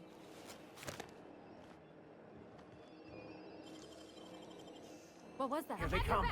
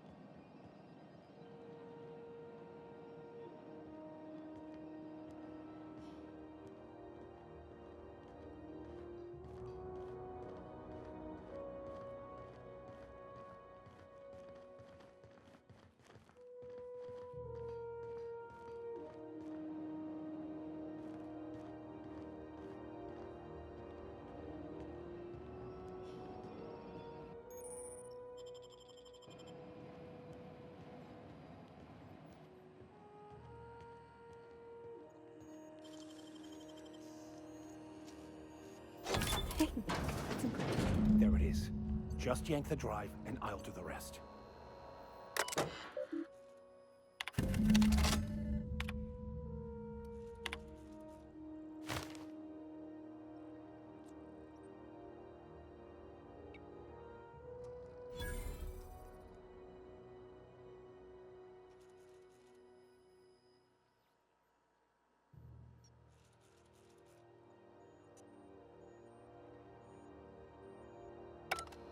Now that we have the data cartridge, I can finally find out where that scholar I'm looking for ended up.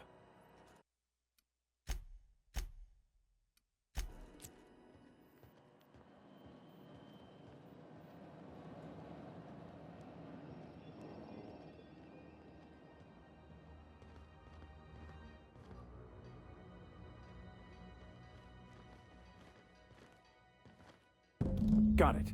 His name is Reginald Cheney, and he joined a sublight salvage crew. Only he's not listed on the return manifest. Must have made landfall somewhere he wasn't supposed to. Ah, yes. Here. There's a domicile on Monarch in Fallbrook, rented to the same bit card he used to buy his seat on the salvage ship. I should have guessed. What better place to lay low if you wish to avoid the authorities?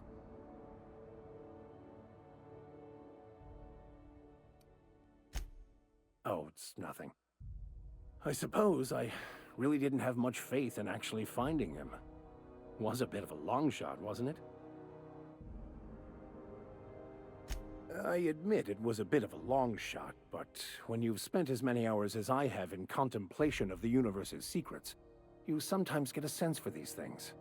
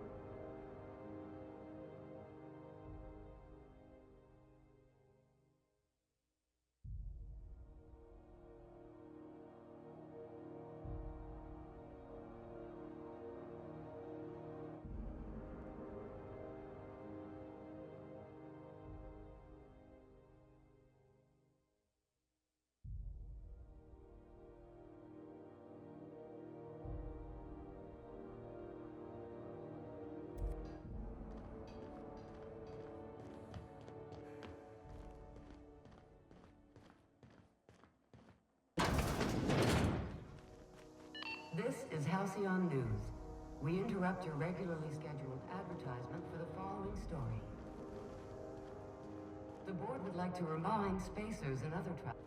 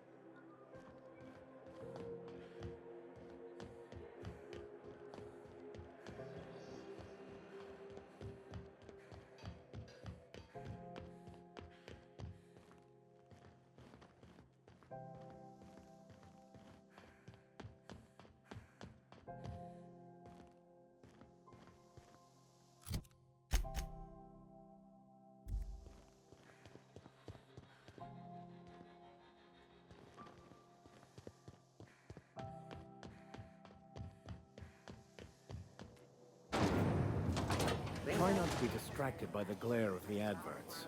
Lots of unsavory types about. Flavored center. Suck it. Chew it. You can do it.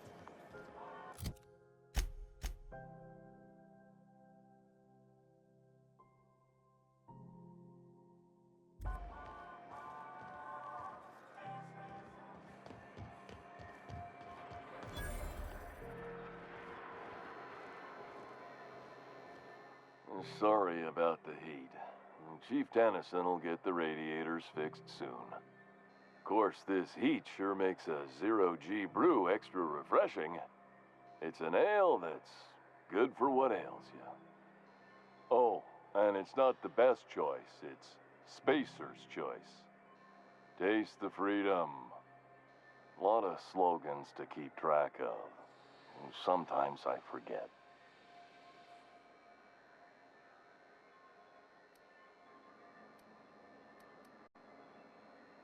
Heard of it.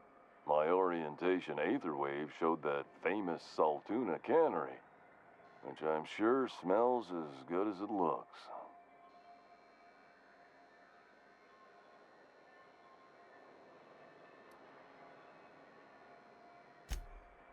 That's true. Yeah. I hope they're gonna be okay. That's a Spacer's Choice beer. Take what you have, polish it up, and make the best of it. So, what can I get you? Some soap? Everyone loves soap. Everyone will love you for using it, too. I'm bound to satisfy headgear-related inquiries. Please send any complaints to our Consumer Care Headwear Division.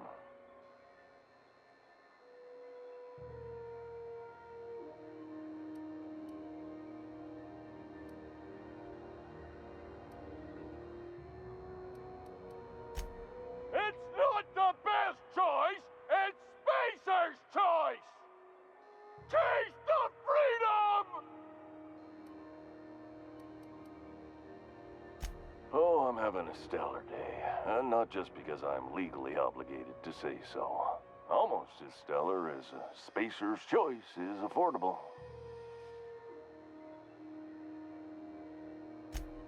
I can see all of the top quality merchandise in the Spacer's Choice catalog, which is available here at a reasonable price.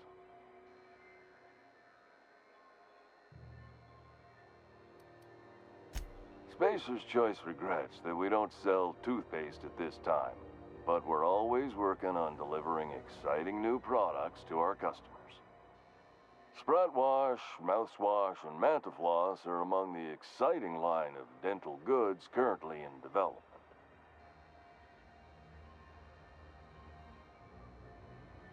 Don't miss out on these deals. You'll find none like them on all of Groundbreaker, or anywhere in the Halcyon Colony. Trouble sleeping? Try our Lunar Eclipse Mix. That's 2 handfuls of pep pills washed down with a hearty swig of 2-hour energy brew. The blast will send you through the stratosphere, and the crash will knock you out cold, guaranteed. Add an additional 10% to your purchase today, and the proceeds will be donated to Spacer Cares, our premier corporate welfare program. At Spacer's Choice, we care about your health and emotional well-being. That's why we put Martin through 6 years of vendor school, only to make him wear this hat. Even if my contract didn't forbid it, I think it's part of me now. Now, are you ready to make Spacer's Choice Lunar Green Moonmouth lozenges a part of you? Lunar Green. The future is spearmint.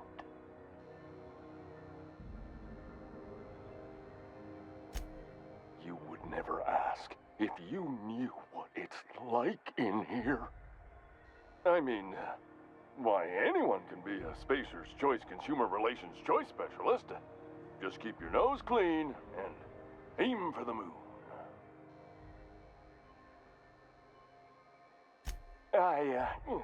Damn it.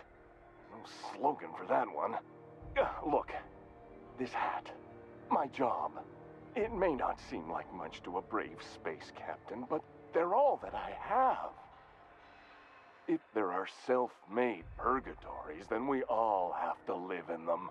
Mine can be no worse than someone else's. Now, if we're done with the chit-chat, I hope you don't mind if I make the most of this short life and try to be the best moon person I can be.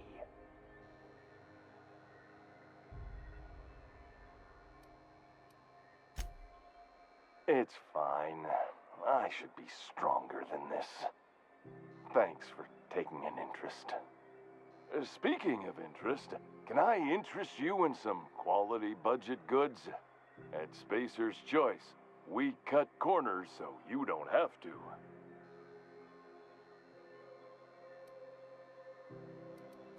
Anything and everything. Whatever you want, we got it. And when you need a replacement, we got that too.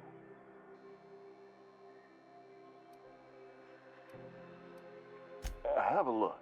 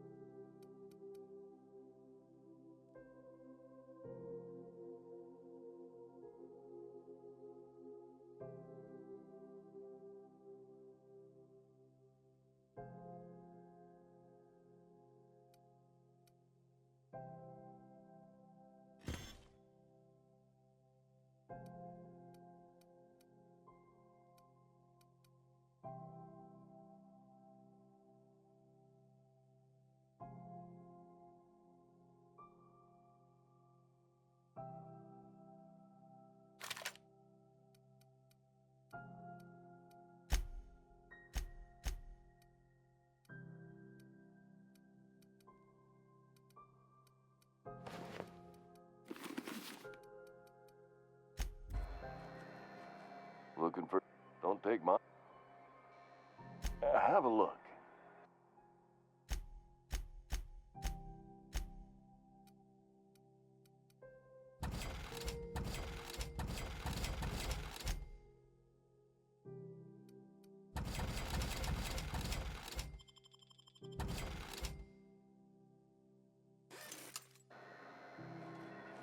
I could spend... So, tell me what's on your mind.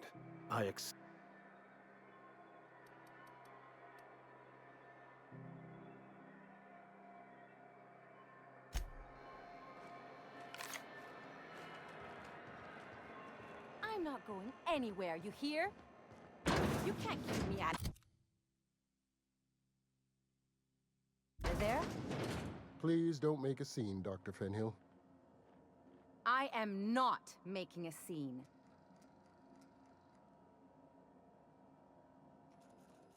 I'm sorry. Am I causing a scene? See, Umfuru? We could have avoided all this unpleasantness if you just let me talk to Jessie in the first place. Let me get one thing straight.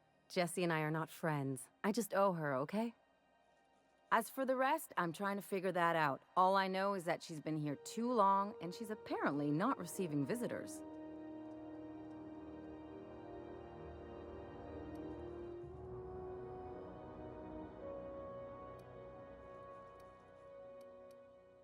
You say that like it's weird.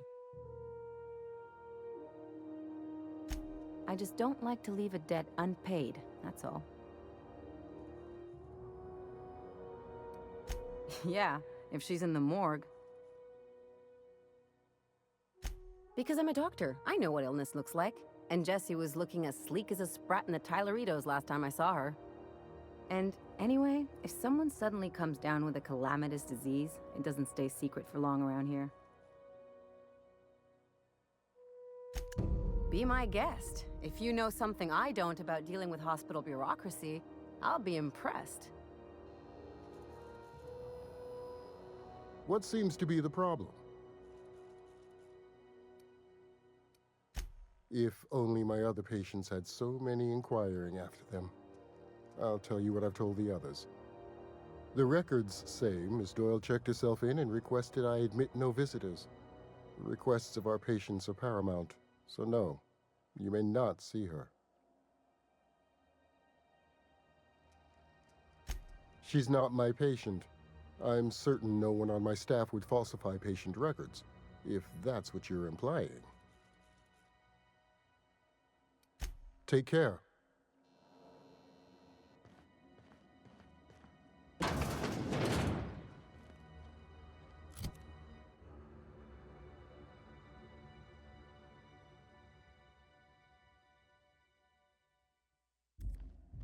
Can't say I've seen you before. I take it you're a freighter captain?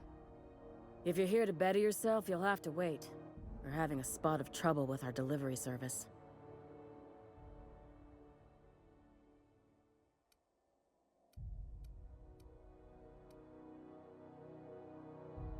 Sure is. You need a deft hand to straighten a busted nose or sparkle up those not-so-pearly whites? I'm your gal. Of course, there's not much cosmetic improvement going on at the moment, not without my mechanicals. Where the law is Irian anyway?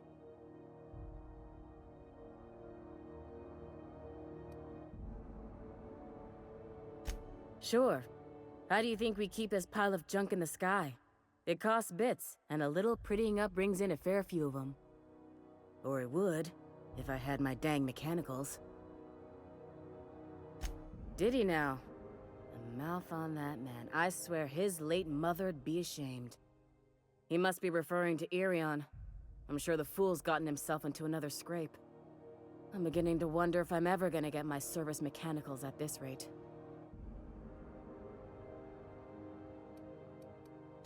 Our delivery man. A brave idiot with a penchant for getting himself delayed. Sometimes by dates, usually by bandits.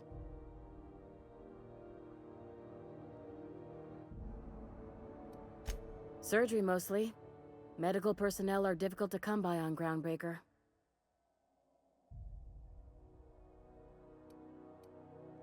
The board won't let their doctors and nurses station here, and they own all the medical schools. If we can't hire their people, we can't hire anyone. Everyone on staff here on Groundbreaker was trained by me or Idris. We're good, don't get me wrong. But we've only 2 heads between us, and we don't know everything. I'd be grateful if you'd spare the time. We need his delivery soon as yesterday. Last he told me, he was taking a shortcut by Scylla, an asteroid in the Charybdis cluster. That's where I'd start, were I the adventuring type. You look out, though. The place is probably crawling with outlaws.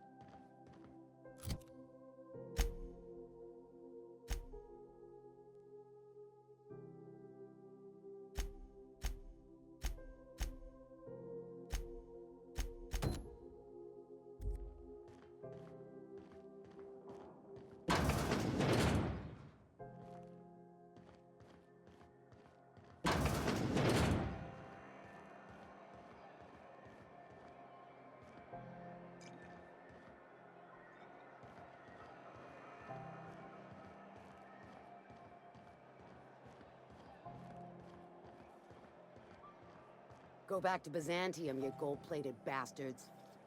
Yeah, no one wants you on Groundbreaker. These stairs are board property. I'm just gonna hang in the back and...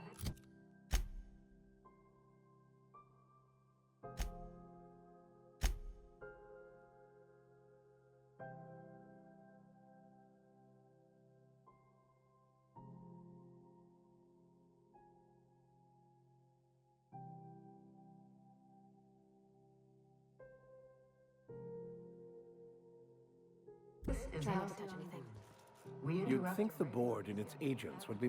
Ah, yes.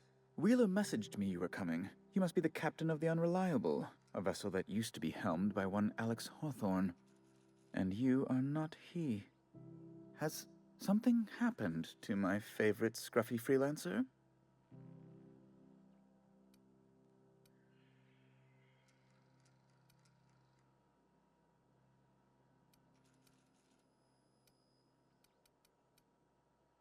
Oh no, this is terrible. My dear friend, what devilry is this? In whose miserable fever dream am I trapped?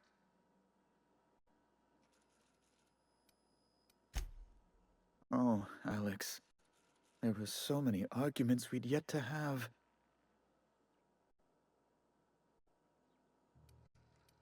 He was my dearest friend. My only friend. You have his ship, you must know. That picture of us on the promenade, me hugging him, him wincing. I keep a copy beside my bed. Did he?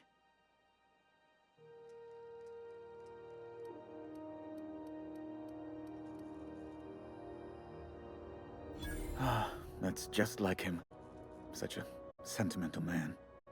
Tell me, how did he die?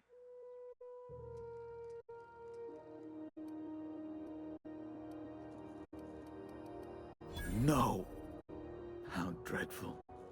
That was always Alex's greatest fear, you know. Devoured by those fiends. Becoming one with their droppings.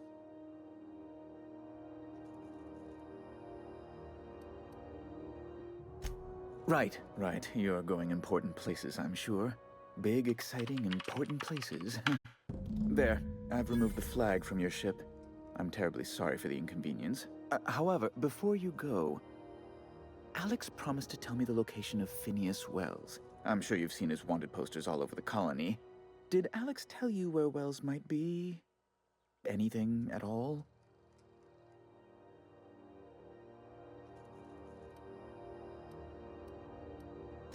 You haven't read the posters?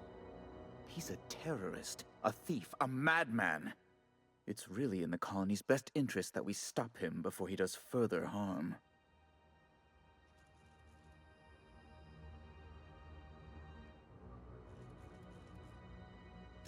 Well, Alex knew, or he said he did. And you have his ship. Maybe he kept some records around, or a conveniently placed note on his bedside table. That's... well, that's just terrible news. Law, what am I going to do now? The board will have my head. Oh, I'm sorry.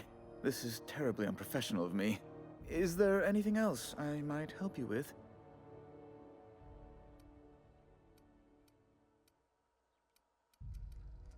It's personal business, I'm afraid.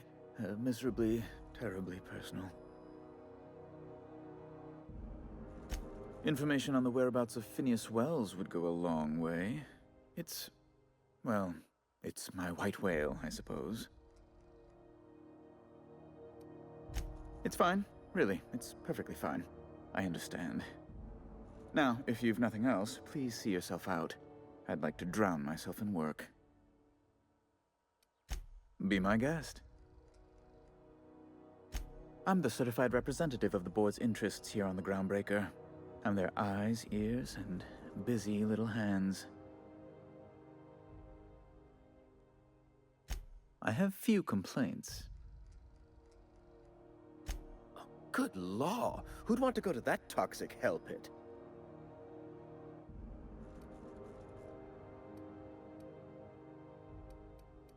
No. Emphatically no. Unequivocally no. Immutably no. Best to be clear, I believe. Ugh. Law, but it's miserable. My underarms are damp. How can I be expected to work in these conditions? Chief Tennyson is supposedly looking into the cause, but I've seen no action from her. Deplorable conduct. My superiors will be hearing about it. You can be certain of that.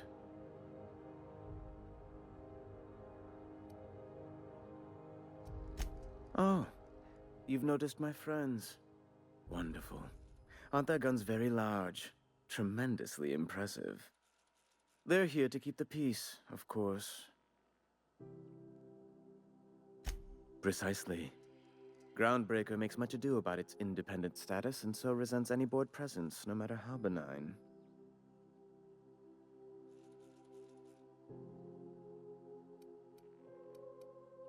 When the alternative is board guards at their gates, yes, I do. They don't see it that way, of course, but I can't say I much care. A luxury stateroom reserved for Chairman Rockwell's use.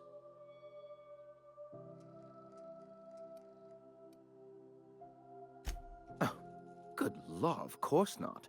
He'd never set foot on this decrepit junk pile.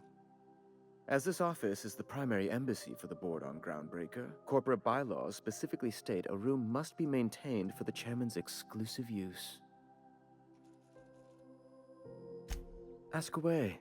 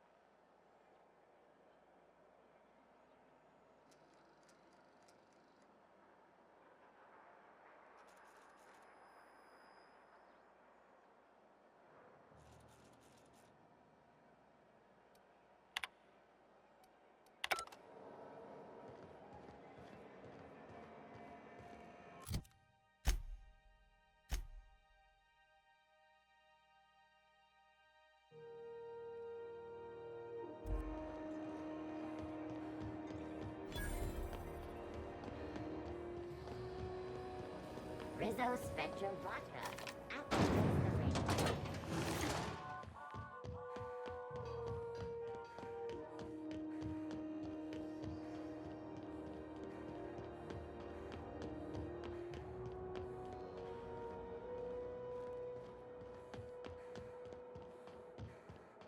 I had a question about your...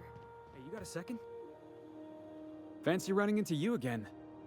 Don't mind me. It's just admiring your ship from up close. Gotta hand it to you, boss. That's a fine-looking ship. Only thing it's missing is me.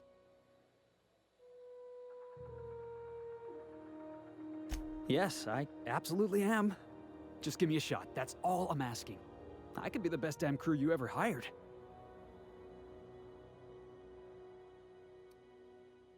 You're serious. You're giving me a shot. All right. Hang on.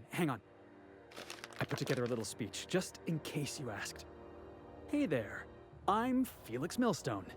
I have prepared a list of reasons why I believe you should hire me to join the crew of your ship and/or outlaw gang.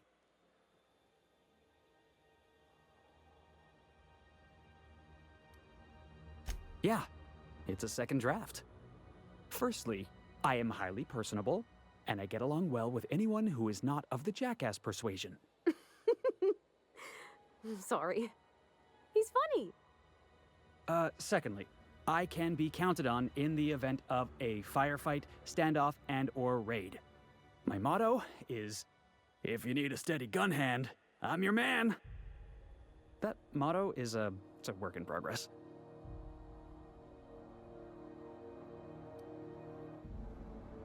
Additionally, I have several years of experience as a box hauler. This skill may come in handy if you need a body dragged away or a door held open while escaping enemy fire. In conclusion, thank you for considering me for your ship crew and/or outlaw gang. I look forward to our adventures together. I thought that was real good, Felix. Thanks for the vote of confidence. What do you think? Am I in?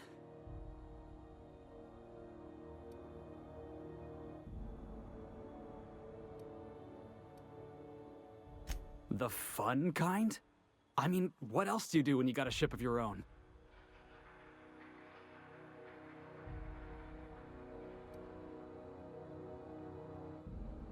How about we just say we're trying to do good?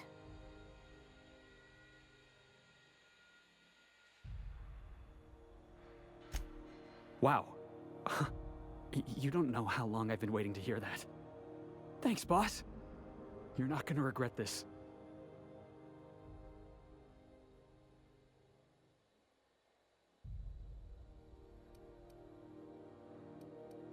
I'll just gather my personals and meet you on board. This is gonna be great. You got a crew now, Felix.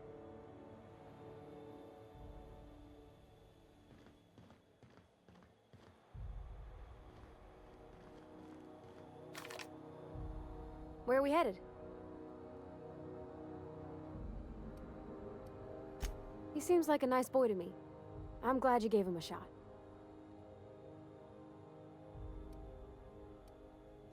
Yeah, but I got a good feeling about him, is all. I mean, sure, he's a bit rough around the edges. I bet he just needs somebody to show him a better path.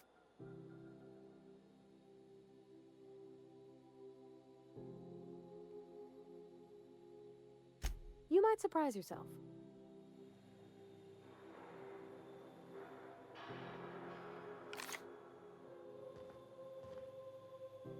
I find myself marveling at the complex simplicity of the Fibonacci spiral. I'm sure you know what that's like. Something vexing you, Captain?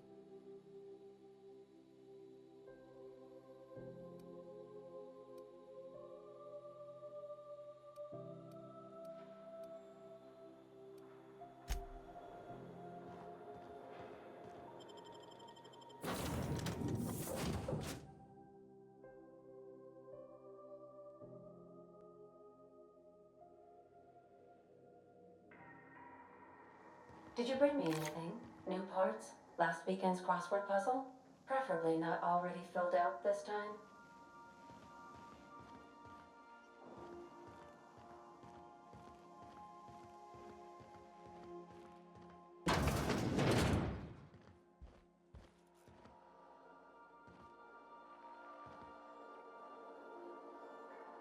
Make yourself at home, Captain.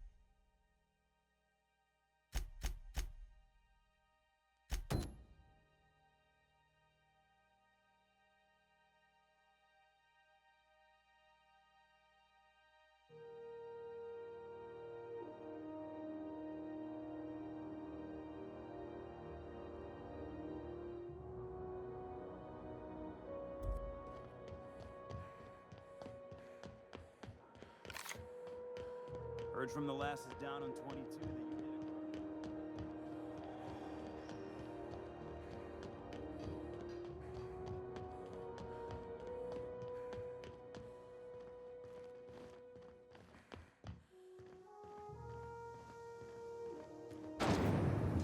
Rizzo's mock apple cider.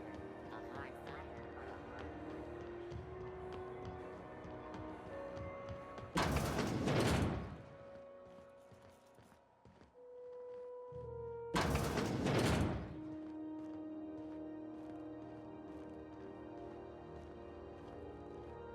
Got it. Heads down.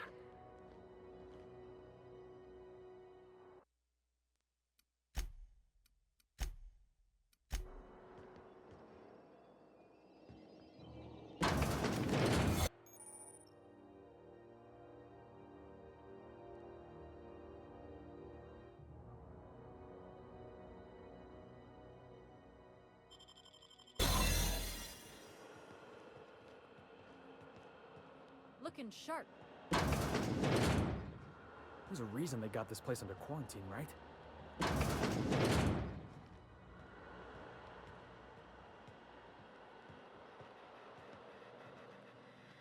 the last ratted on rotten time, leave me in peace!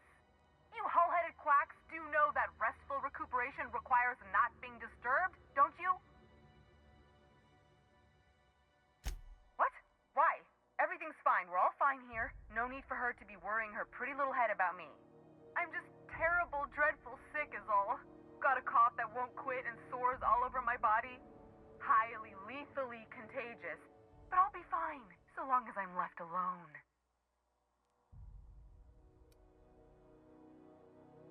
Should've known she'd send a bruiser after me. Damned if I don't rue the day I saved her scrawny little hide. Inadvertently, I befriended a bloodhound in the process. Alright, okay. We can discuss this like the level-headed folk that we are. Seems I've got to do something before Ellie goes jabbering my business to anyone with one ear and an intent to listen.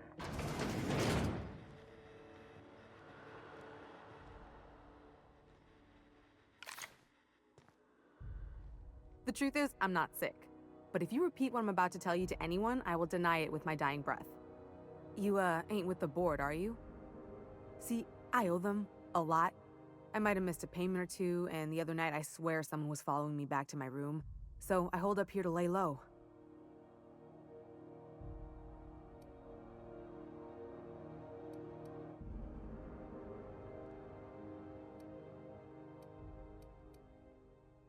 Udon Bedford's the board guy on the station. He'd know how I stand with them. If you can square things for me, I'd owe you one even bigger than Ellie owes me.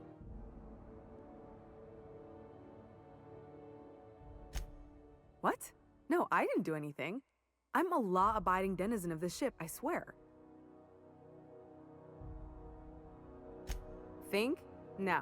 I recognize a contracted killer when I see one, thank you. In my line of work, that's a skill you develop during week 1, assuming you want to keep breathing. All right, I'll fess this part up too, if it means you'll help me. I'm a thief. I specialize in particularly high-end and historically valuable items. 3 weeks back, I caught rumor that the blood-tier diamond, last worn by an heiress on the Lost Hope, had surfaced for the first time in 70 years. If I had, you think I'd be hiding out in the med bay? I was gonna steal it, lined up Udom as my buyer. He paid half up front to finance the operation. Let's just say things went sideways about the time I got my hands on the diamond, and it crumbled to stardust in my palm. Anywho, I barely made it out with my life, and nary a plan to make back Udom's deposit I'd spent.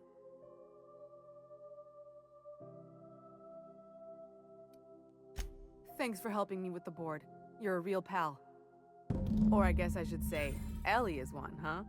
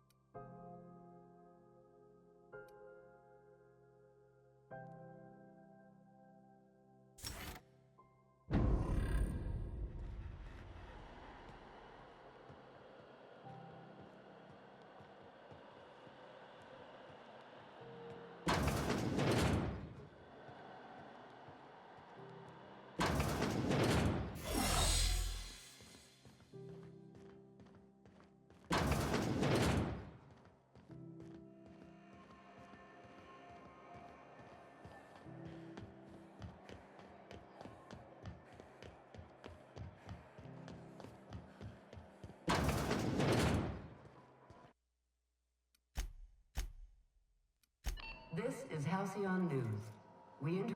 How do you do? Ah, how might I assist you?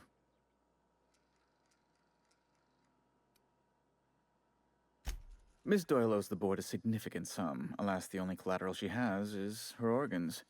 Compulsory donation is quite legal in such cases.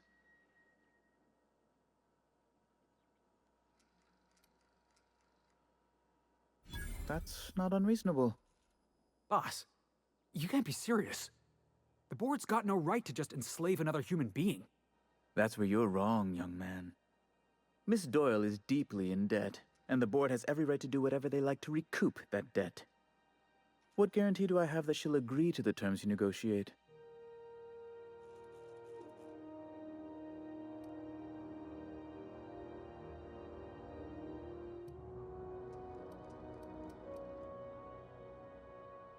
You might be surprised. But we'll proceed on the assumption she'll be reasonable. I will recall my collection agent. Tell Miss Doyle to report to me promptly for her first assignment. Now, is there anything else you need, or can I return to my work?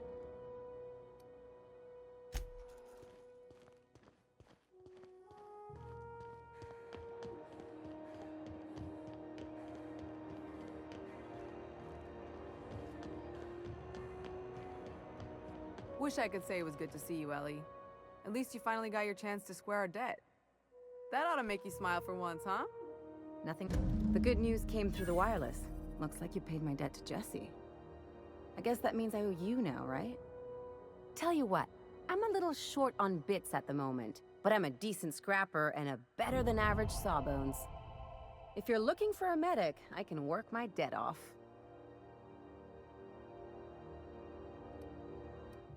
If I'm being honest, and I prefer not to, I was about ready to pick up another contract anyway, and you settled this in a pretty tidy fashion, which tells me you're competent. But we can say I'm repaying the favor if you prefer that version. She helped me win a bet. We were on a smuggling run planet side when our point man bet me I couldn't outrun a mantisaur. And, as you can probably guess, the thing was faster than it looked. Probably would have caught me if Jesse hadn't picked it off. Yeah, but the important thing is I won the bet.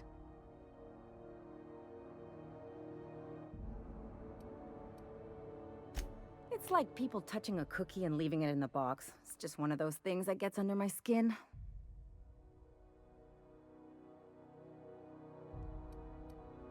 You won't be sorry. Though it looks like you've got a full roster already. Time to play favorites, Captain. Traveling in style, are we? I'll be sure to nab a cabin with a view. We got us a real sawbones. Welcome aboard, Ellie.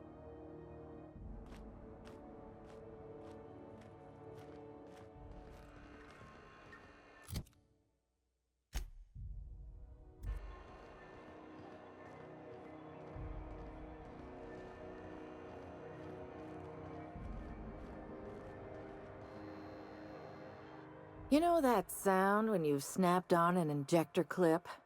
Ah, that's how you know your weapon loves you back. I got a full line of weapon modifications I'd be happy to show you. Why, it gets you the weapon best suited for your lifestyle. Yeah, like wrapping barbed wire around a tossball stick. All the better for performing a little percussive maintenance. Take your basic Deadeye assault rifle. Perfectly serviceable, but what if you like finesse? Slap a scope and silencer on that bad boy. Bunker down in a bush someplace and pop off heads. What if you like getting in close and making a lot of noise? Extended ammo magazine and a barrel heatsink to bump up rate of fire.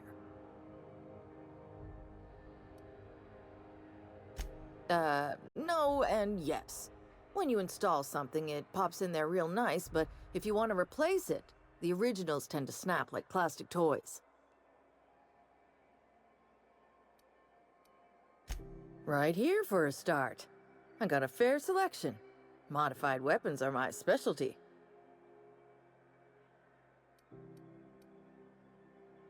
A what? Sorry, hon. Garrett shells we just don't discuss impolite topics, and WARRA and TIES tops the list. Only takes a bit of elbow grease and a spot of engineering know-how. Most ships have a workbench near the cargo hold. Ours is in engineering. You could take your new toys over there if you feel like tinkering. So, what can I get you?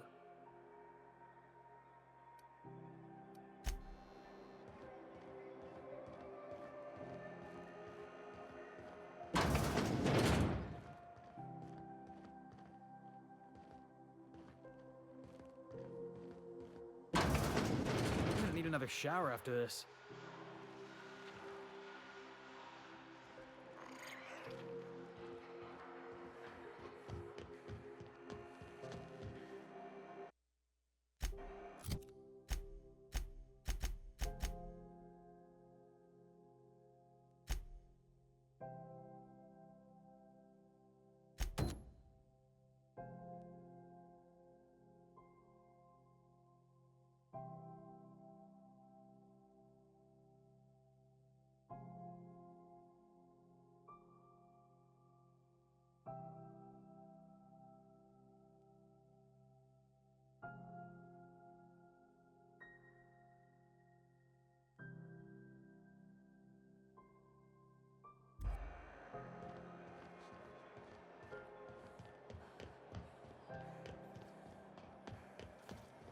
Have you seen this man? Reward offered for information leading to the capture of noted terrorist Phineas Wells. Party greeting, potential customer. Welcome to Auntie's Kitchen, a home-style consumable protein dispensary. May this unit dispense proteins for your ingestion.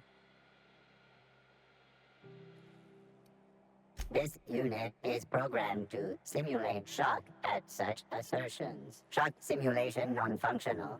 A trouble ticket has been filed. Shock simulation restored. Initiating shocked subroutine. How dare you? Shocked subroutine complete. Estimated guilt level of customer increased by 35%. Resuming protein dispensation protocol. May this unit dispense proteins for your ingestion.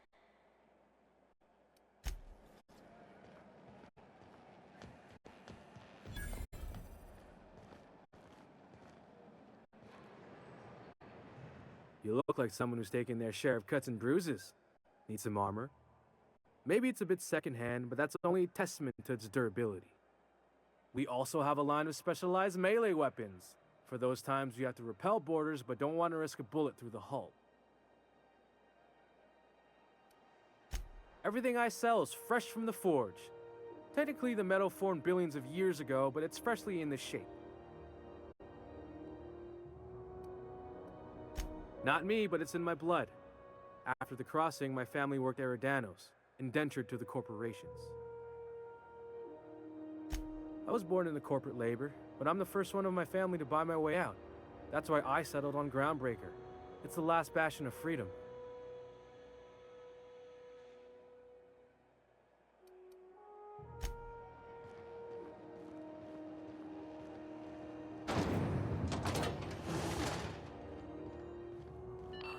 Was a time I wanted to be an engineer. Junlei Tennyson. I'm captain around here, but chief to my friends. Hope you don't mind the formal introduction. Groundbreaker doesn't see many visitors.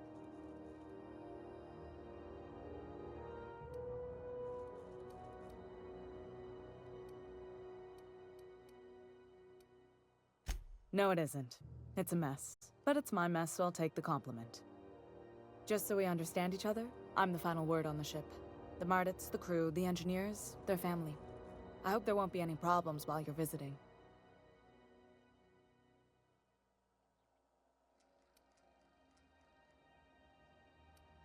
Good. Don't go making trouble, and chances are you won't find any. That's how I like it here. So what brings you to Groundbreaker? I'm curious, even though 9 times out of 10 the answer's just passing through.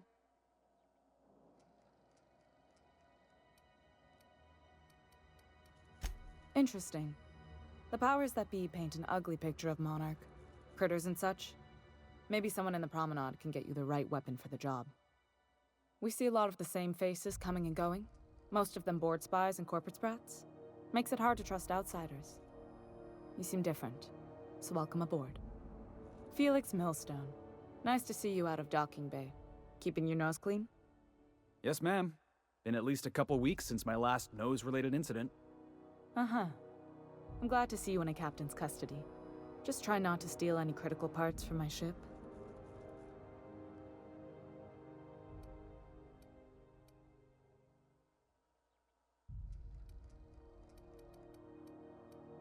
It's possible I got caught lifting some spare parts a couple years back, but it was only just that one time. Honest. I'd tell you to stay out of trouble, but I know you'll find it anyway. Whatever you do, just make sure I don't find out.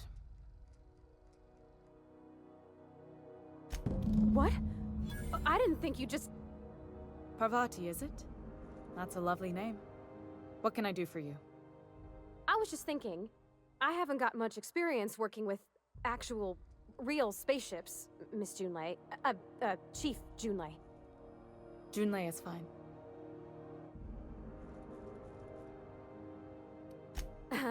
Okay. Since you run a whole space station, I was wondering if... Well, maybe you could teach me some things. I could message you later, maybe? I'd be happy to make the time, Parvati. You can ask me anything.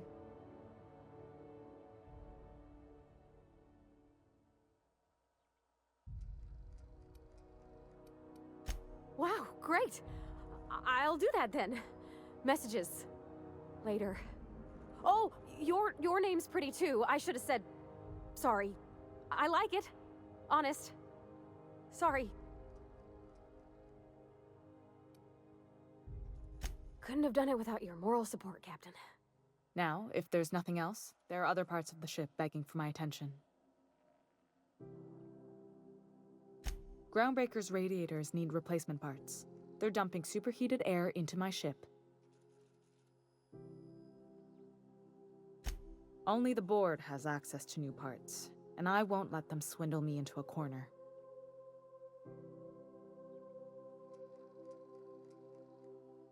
None. Every time I give in to the board, Groundbreaker loses its freedom. Soon there won't be anything left. I can't allow that. The board isn't helping, and my resources are spread thin. If I don't get those radiators back online, Groundbreaker, everyone aboard, will be cooked alive.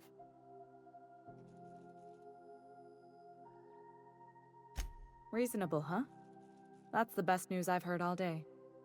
According to my grandmother's old schematics, the parts we need should be in the back bays.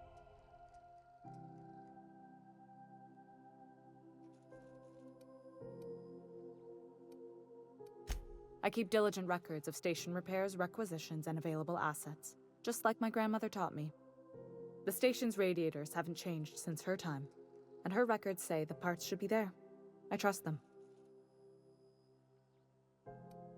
Sorry, I forgot not everyone knows this ship like I do.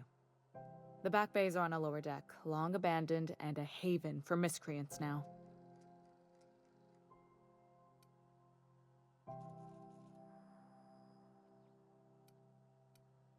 I have. One of my engineers, plus a small security detail. They didn't come back. I can't afford to lose any Mardits on this job. No offense, but a freelancer like you is more dispensable. Nice and pragmatic. Thanks for understanding.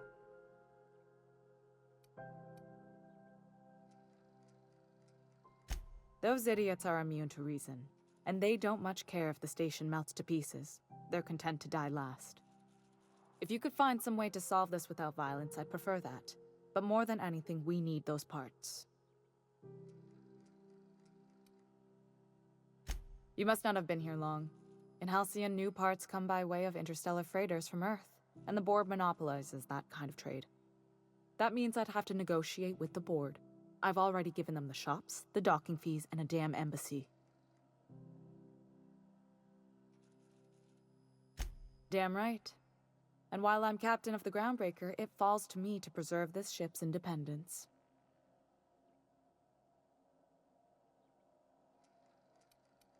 Good. Once you've obtained the parts, we can proceed to the next phase of repairs.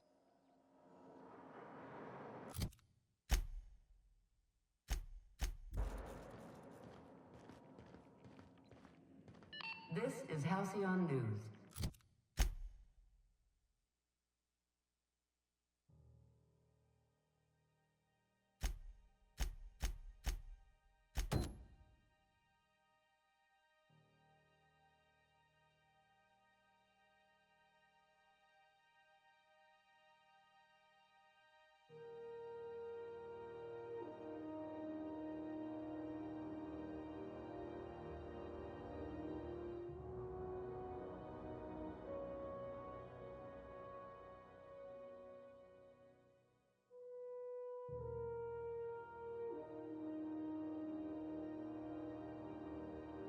We interrupt your regularly scheduled advertisement for the following story.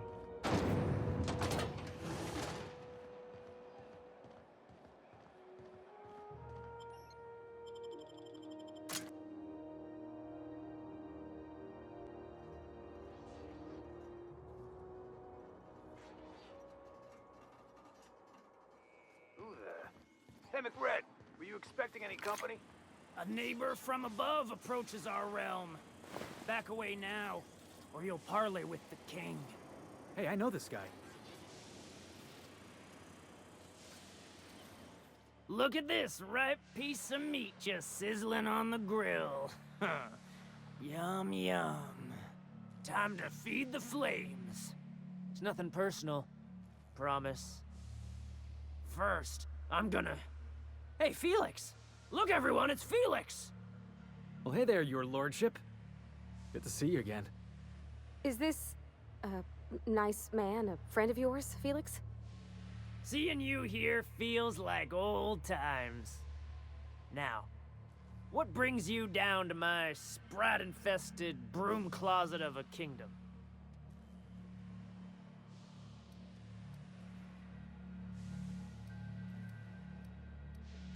Sure, everybody knows Captain McCred, terror of the back bays and purveyor of rare fungi. Felix is a good kid. Bad habits, poor judgment, awful taste. But we like him down here.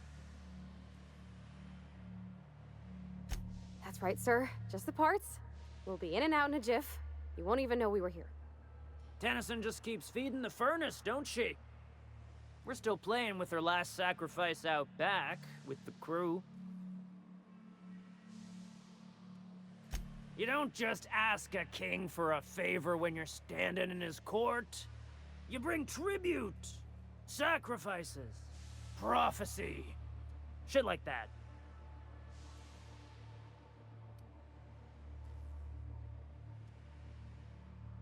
Under its skin, this ship is all poison and darkness. Lead bones, asbestos muscle. Maybe you're right. You've got the run of the kingdom. Up those stairs, you'll find the parts. My crew won't get in your way. Lay it on me, boss. I'm good for it. Ship got impounded. The crew and I racked up a debt while we were grounded, and my baby got sold to Sublight. Scrapped for parts. That's bureaucracy for you. Piracy with a smile.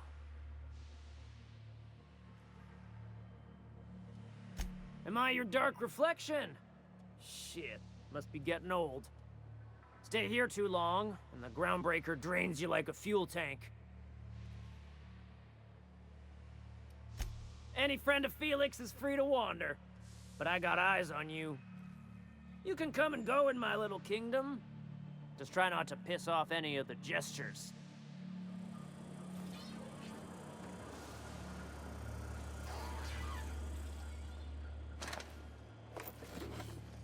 Smells kind of like old Bess's outflow pipes.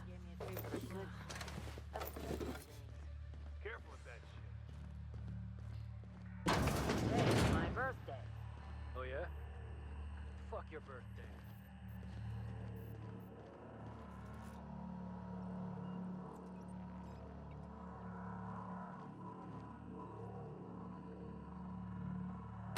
Bet we could do some good with these.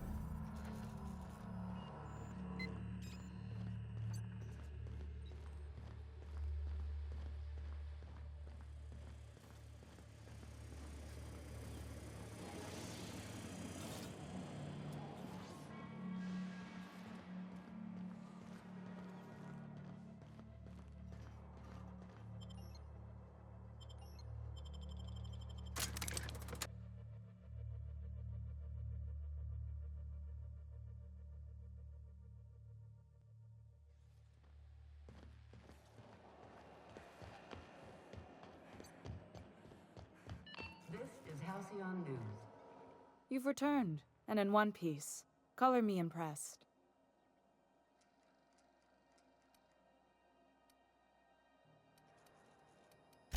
You're right, I don't. The board is after two things, bits and power, and they only get it by sticking their nose where it doesn't belong.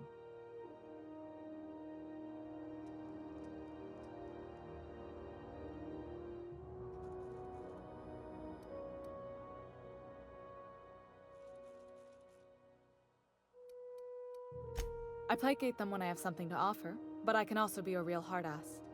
It'd be a joy if I could kick out the corporate merchants and reclaim the docking fees in my lifetime. Too much of Groundbreaker's income is flowing in the wrong direction. I'd like to see that change.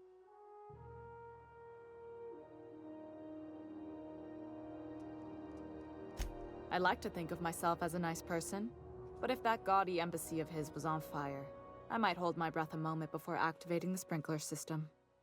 The board wants control over Groundbreaker, and leeches like Udom Bedford will do anything to please their corporate masters.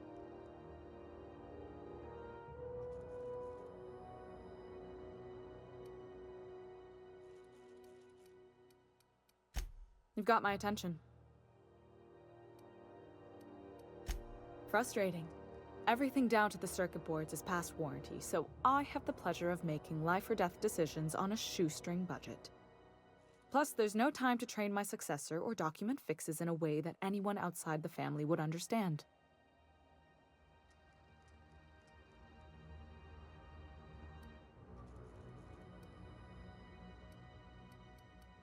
Sure is. The Tennysons came over on the Groundbreaker. My grandmother, Chief Gaying, kept it together during the crossing and until she died. I was promoted only recently, when my mom died. Then I took the leap from chief engineer to captain.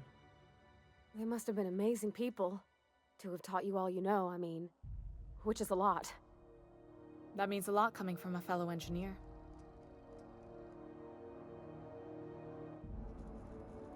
It was different knowing that I couldn't turn to anyone who could answer the tough questions for me.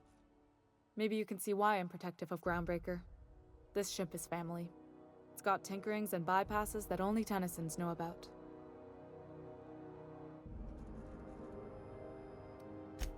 Oh, gosh.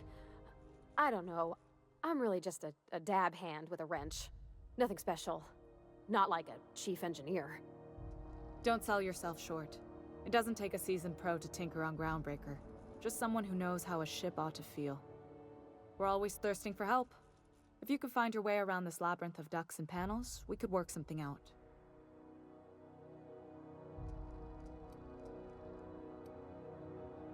You see any bite-sized Tennyson children running around? I didn't think so. The next captain won't have my heritage. I'll have to foster that talent from somewhere. It's only a question of when. Sure is. The Tennysons came over on the Groundbreaker. My grandmother, Chief Gaying, kept it together during the crossing and until she died. Maybe you can see why I'm protective of Groundbreaker. This ship is family. It's got tinkerings and bypasses that only Tennysons know about. You've got my attention. Good work. I'll take those. I need you to head through the large door at the far end of engineering. Take the elevator down into the machinery shaft. There's a terminal in the back. Activate it when I call over the ship's PA. And bring weapons. There's a slight man-to-pillar infestation.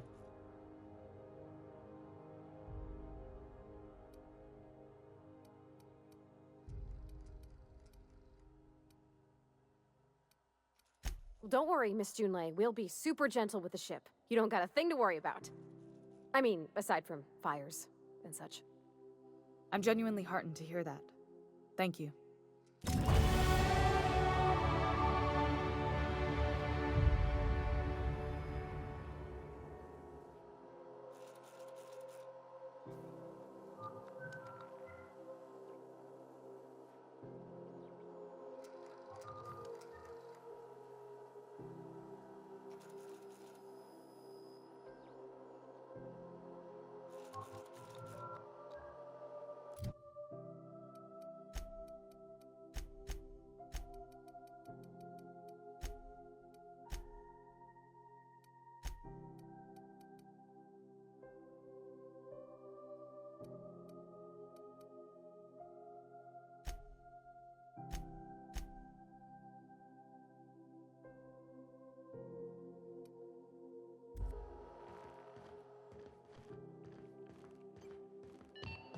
Halcyon News. We interrupt your regularly scheduled advertisement for the following story.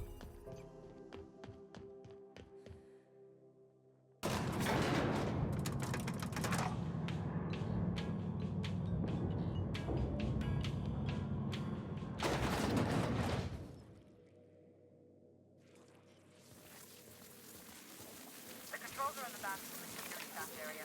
Keep clear of the radius. Note, I've got this thing about giant insects. I can't see!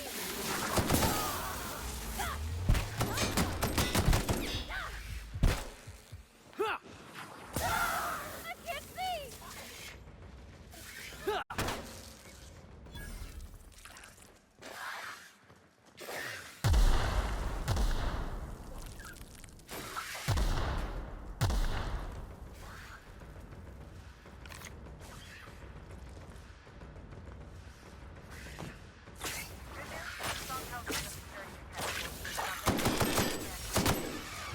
Bad news. Diagnostic says their circuit boards are fused from the heat, so they're not too picky about who they kill next. Shoot fast if you can. Shoot back if you can. I can always fix them later.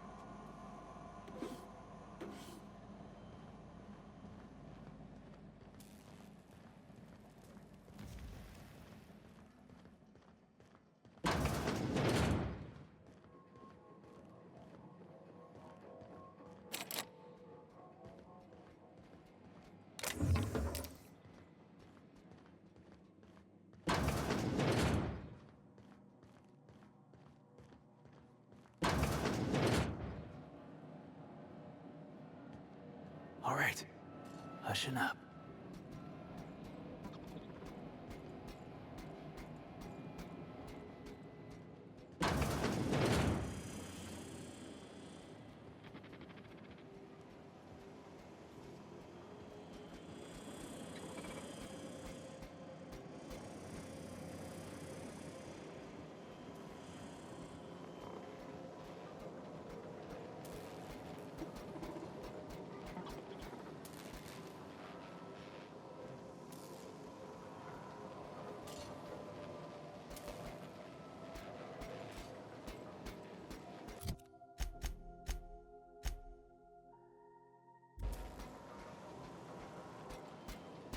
Here they come!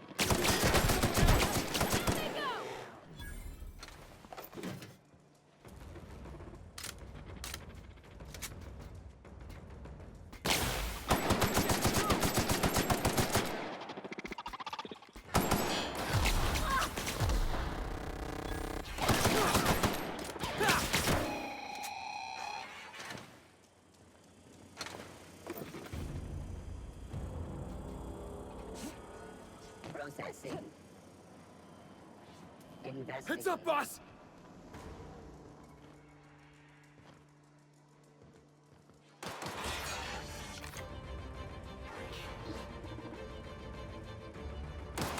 That's the terminal.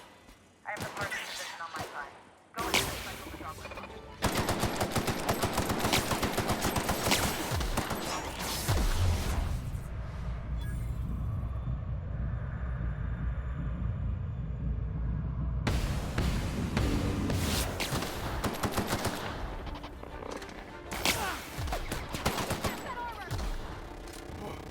That's the last of him!